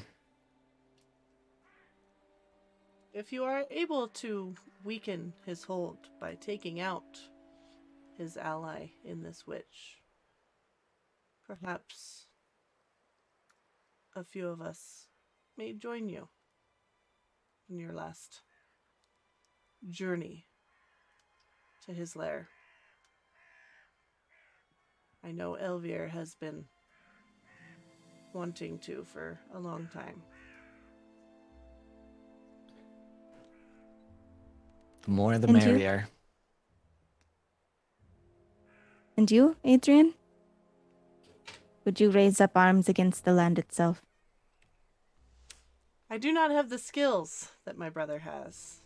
So while I fight, well, where I can, I do not know if you would want me there. There's a new class opening off. He can, in the morning, he can get on board and learn some martial skills. I mean, look at me. I'm just some weirdo in a fancy coat. Everyone has their own special abilities that they can use to aid in a fight. I have heard of your skills. Have Making you the now? winds work for you. Things of that nature. Simply borrowed from other people.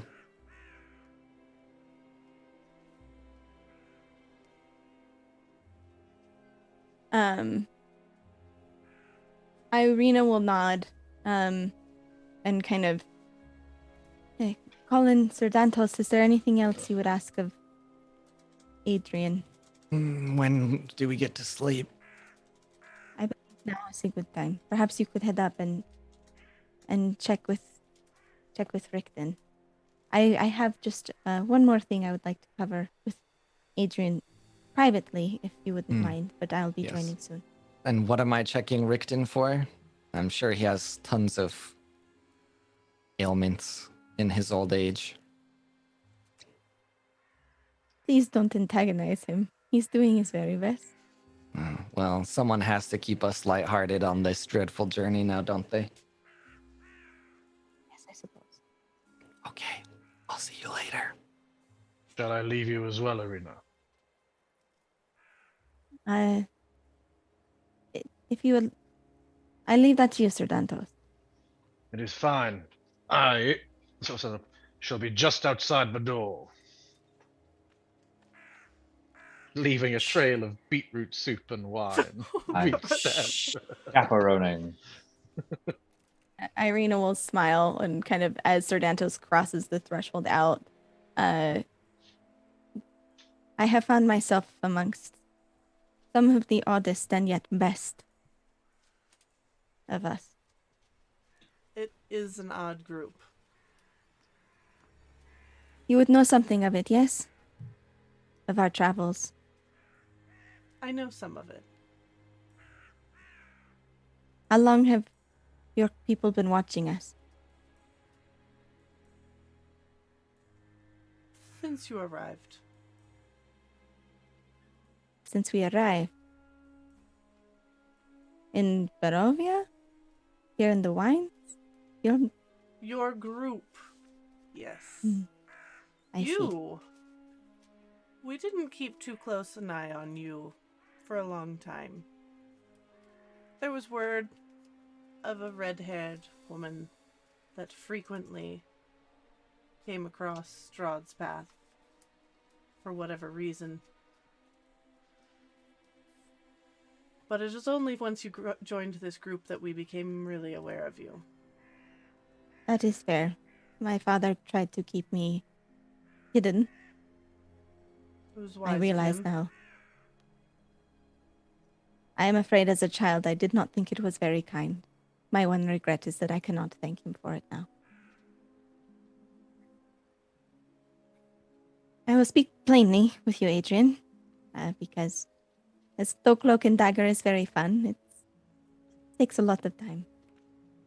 I know that you speak with the ravens, perhaps even are the ravens at times, yes?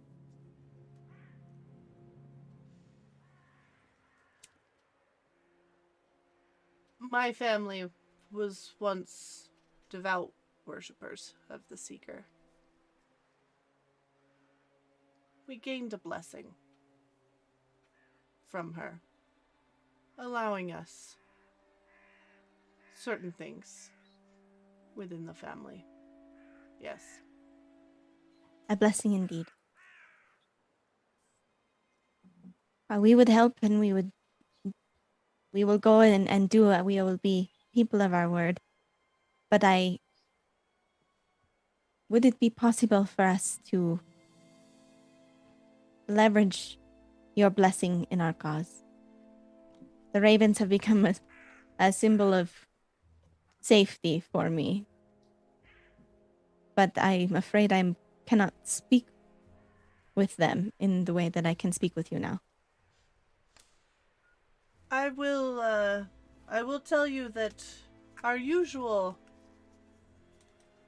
members that spend most of their time traveling and gathering information are those now lost to us, having traveled east and not returned. I see. Of course, if you were to attempt to get the ravens to send messages, they may comply. They are finicky sometimes, but I will try and make it known that you are a friend. However, I will tell you that trinket your companion just carries around casually in his pocket is much more of a blessing from the Seeker than anything in our bloodlines. I apologize for his harsh words. I'm afraid that sometimes he speaks without thinking, but he has a good heart.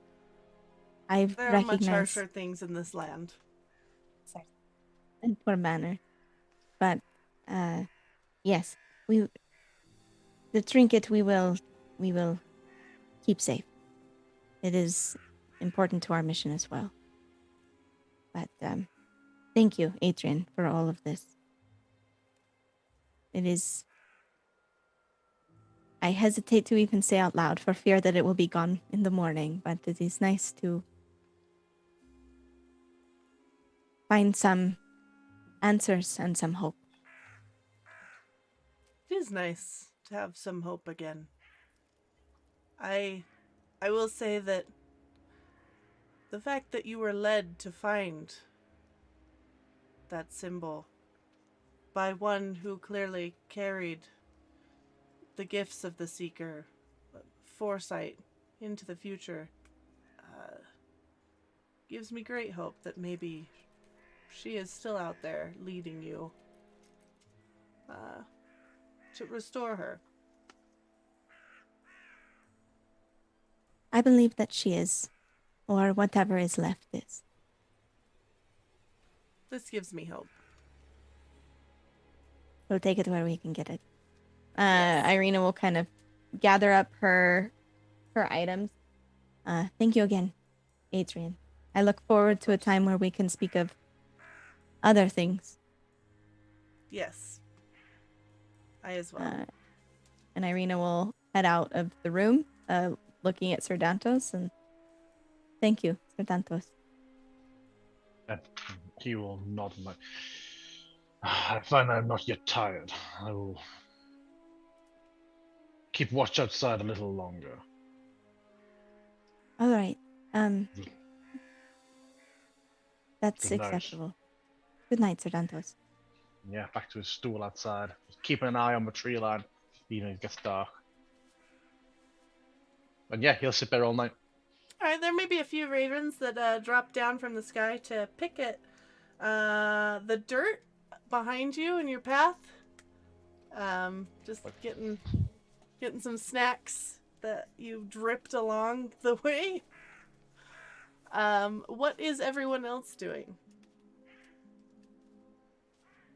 Well, I guess I'm supposed to check on Van Richten, so as I head to where we're supposed to sleep, I'll just yell, briskly walking by, Van Richten, are you okay?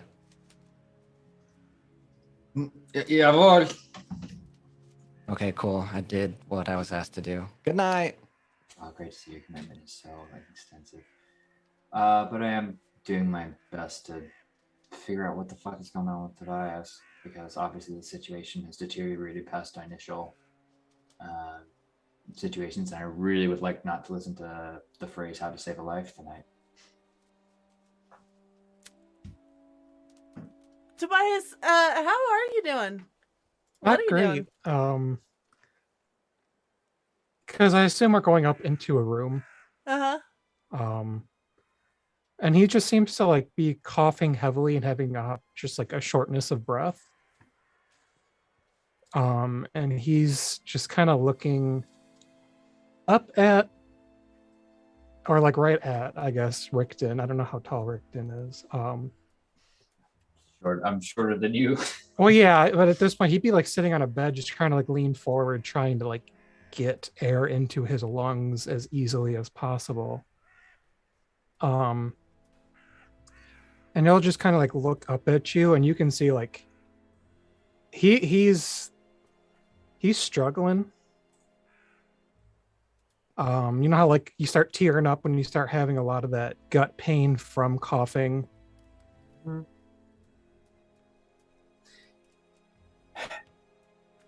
Let's do encounter, Tobias.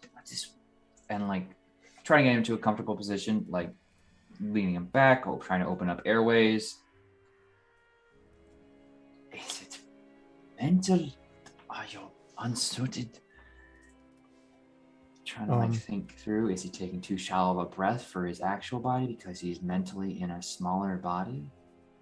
And so he's hyperventilating technically? He gets to like another like hacking episode, and you just see like just like blackened sputum ending up in his hand. Not unlike when we were in the Abbey. What did he do to you? My God. Sorry, Tobias, but I must try something, and it may be extremely painful. And he's gonna again produce a. This time he's gonna go for the Morning Lord symbol. In this case, to rely more on healing. Ezra's good, but you know it's more protective, and we need some diagnostics here. And kind of start pushing a kind of a ball of various powders and kind of like a ceiling. It's not quite a chocolate ball, but you know what I mean, like a medicine ball kind of thing, just rolling it together in his hands with the holy symbol on the opposite end, kind of channeling some power into it. Medicine ball. The chocolate helps helps it go down easier. And I'm gonna try and as I like now say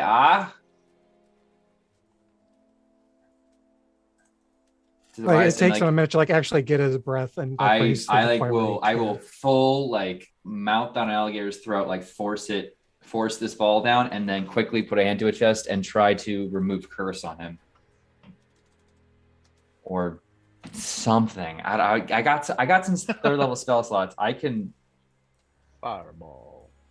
Oh well, you know, not quite up there, but I will go through remove curse and dispel magic, and you know. Are you giving like the full body scan? I throw it down. I'm basically shoving down the material components I need for like medical spells into his body, so I can just like smack him full of it. Oh God. I'm like it's gonna be the runner, but it's, you know, I have the ability to you know,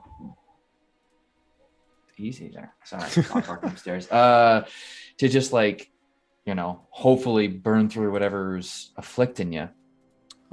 You'll notice that as soon as you try to like put entire fist into mouth, his eyes are super gonna like constrict, and like he's gonna freak out just a bit. And so you're using remove curse. Remove curse, dispel magic. I am very concerned at this point that this is something that is from the Abbey that is held over and is only manifesting at this point. I don't have greater restoration prepared right now. But if this doesn't work, I'll have to wait till next time to wake up and use it. You see him like it takes like a moment. He seems to like take just a deep couple of shallow breaths, and then he just like an absolute just awful productive cough, just like a heap of just ichor comes out. And he just he looks up at you and he kind of looks dumbfounded and super weak, and he just like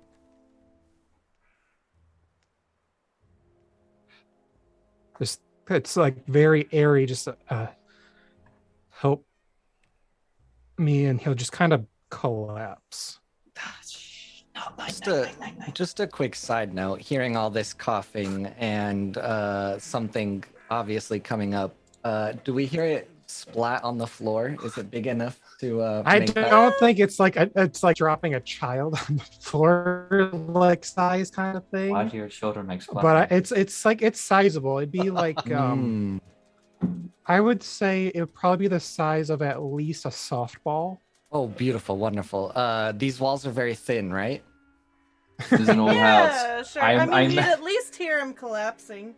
Yeah, without saying anything, Colin will just come in with a jar, scoop up what you spit out, tighten the jar, put it in You're his waiting at the door with Comes that? in, say, I'm looting the sputum. and then go back to the other room.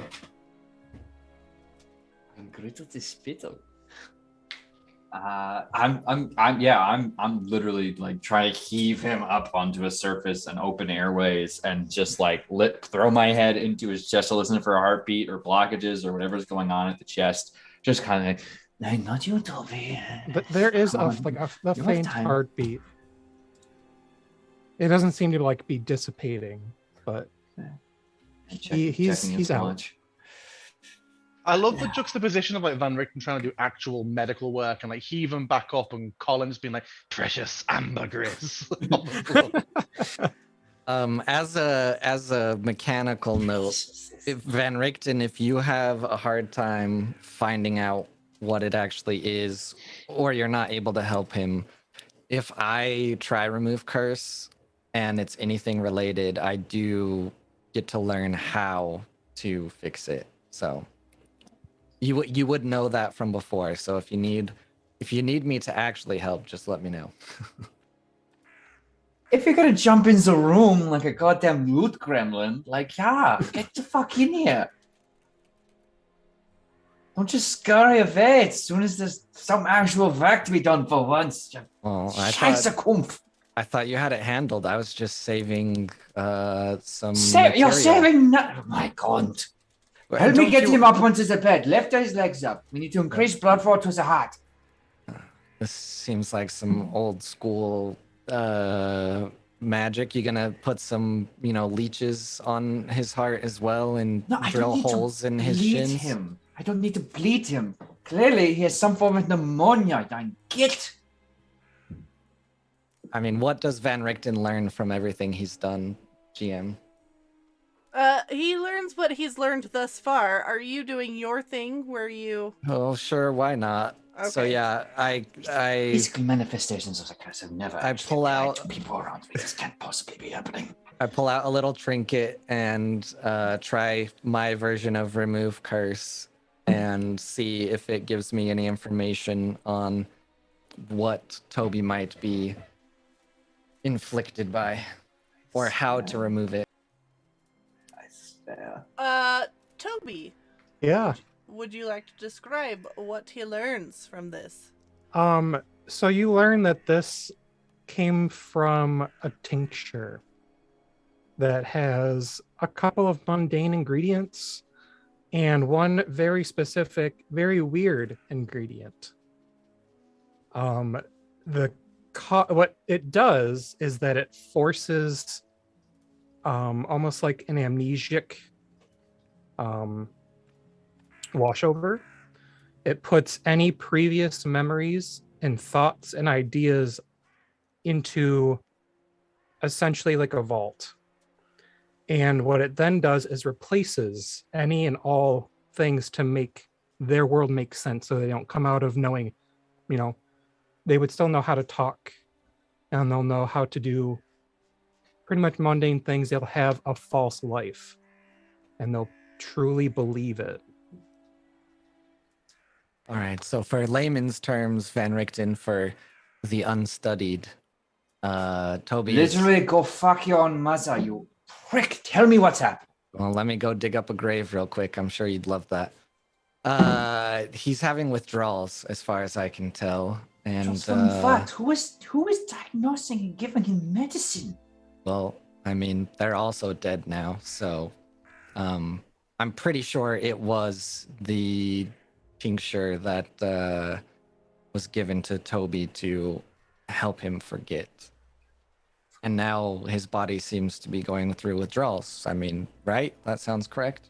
It sounds accurate. He is shaking and his body is... This is strange for withdrawals, though. His entire form is quaking. I guess it makes sense. He's waking up to his true self, perhaps. It explains his change in demeanor and different memories coming forth than he had before. Different, perhaps, or that might be the resurfacing of mine. It's strange. Does he medical examination here? Really quick on Tobias. Does he seem stable at the least at the very moment? Like his heart. You say his heart rate's not increasing or you would decreasing? notice that his heart rate's kind of low. His respirations are a little shallow, but you don't hear as much of the crackling that you did. You would expect a more thorough heartbeat for his size, but it's not fluctuating to the point of where there would be concern necessarily. Yeah, don't worry. I'm not going to shocking hands you or anything. Oh yeah, please don't. My heart is not in dysrhythmias. Yeah, you no will cause EKGs. dysrhythmias if you do Yes. that. Well, then I'll have to use an EKG again. Anyway, yeah, it seems like he might be sort of the rest of it.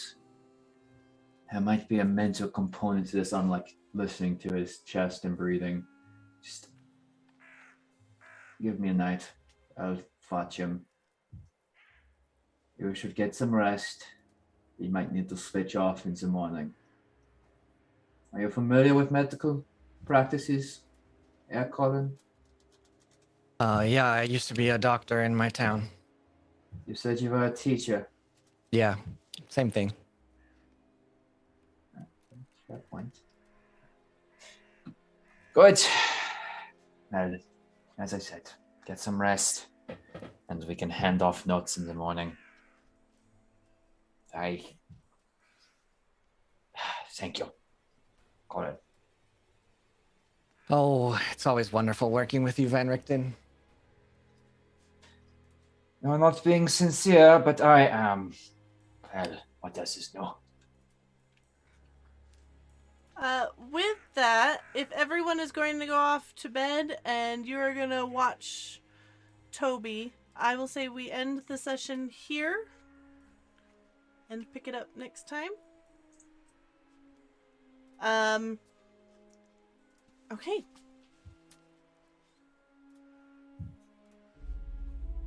So, Not ready for the medical mystery.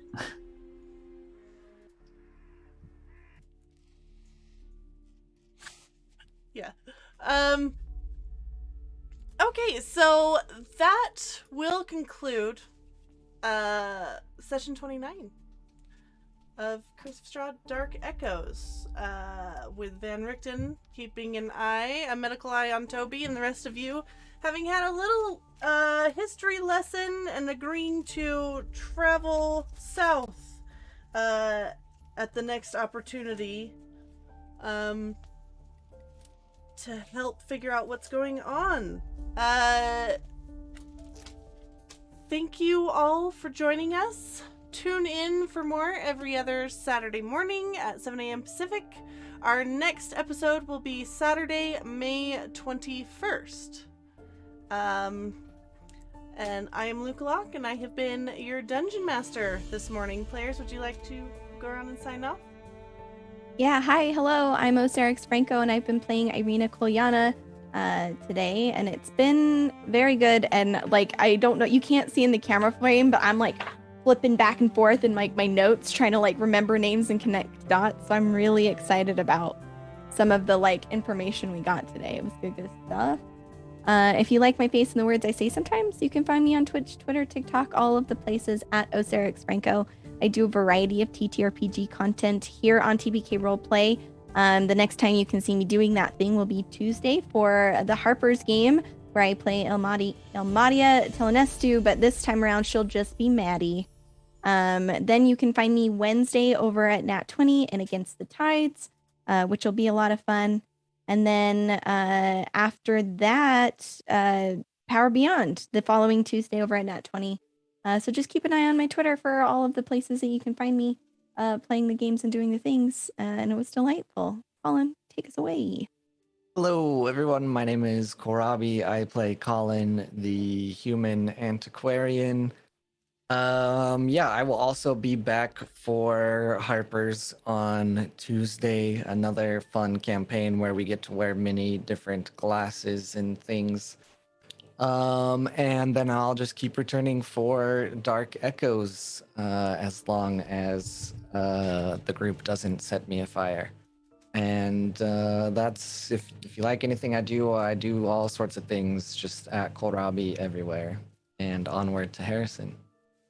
Hello, I'm Harrison. I played Sir Dantos Baromea. Did some fine dining this session. It was good. You can catch me every Tuesday where I run Fragments, a Demiplanes of Dread campaign, which the group are starting to find increasingly little ties to the storyline of Curse of Strahd, which is interesting for some of them and terrifying for others. You can also catch me in Harper's following that, where I will play a name that I won't repeat because it upsets the DM, but I will just be known as Donnie in the next episode. And then on Saturday, you can catch me running a one-shot here on TPK called The Joy of Extra Dimensional Spaces, which is taken from Candlekeep Mysteries. It is a very, very low-stakes, high fantasy, ridiculous one-shot. I describe it as like Alice in Wonderland meets Fantasia meets Rugrats in terms of what the level of peril is going to be. So consider coming and checking that out. Off to Tony after that. Oh yes, hello, that's me. There's a whole thing today about learning or something.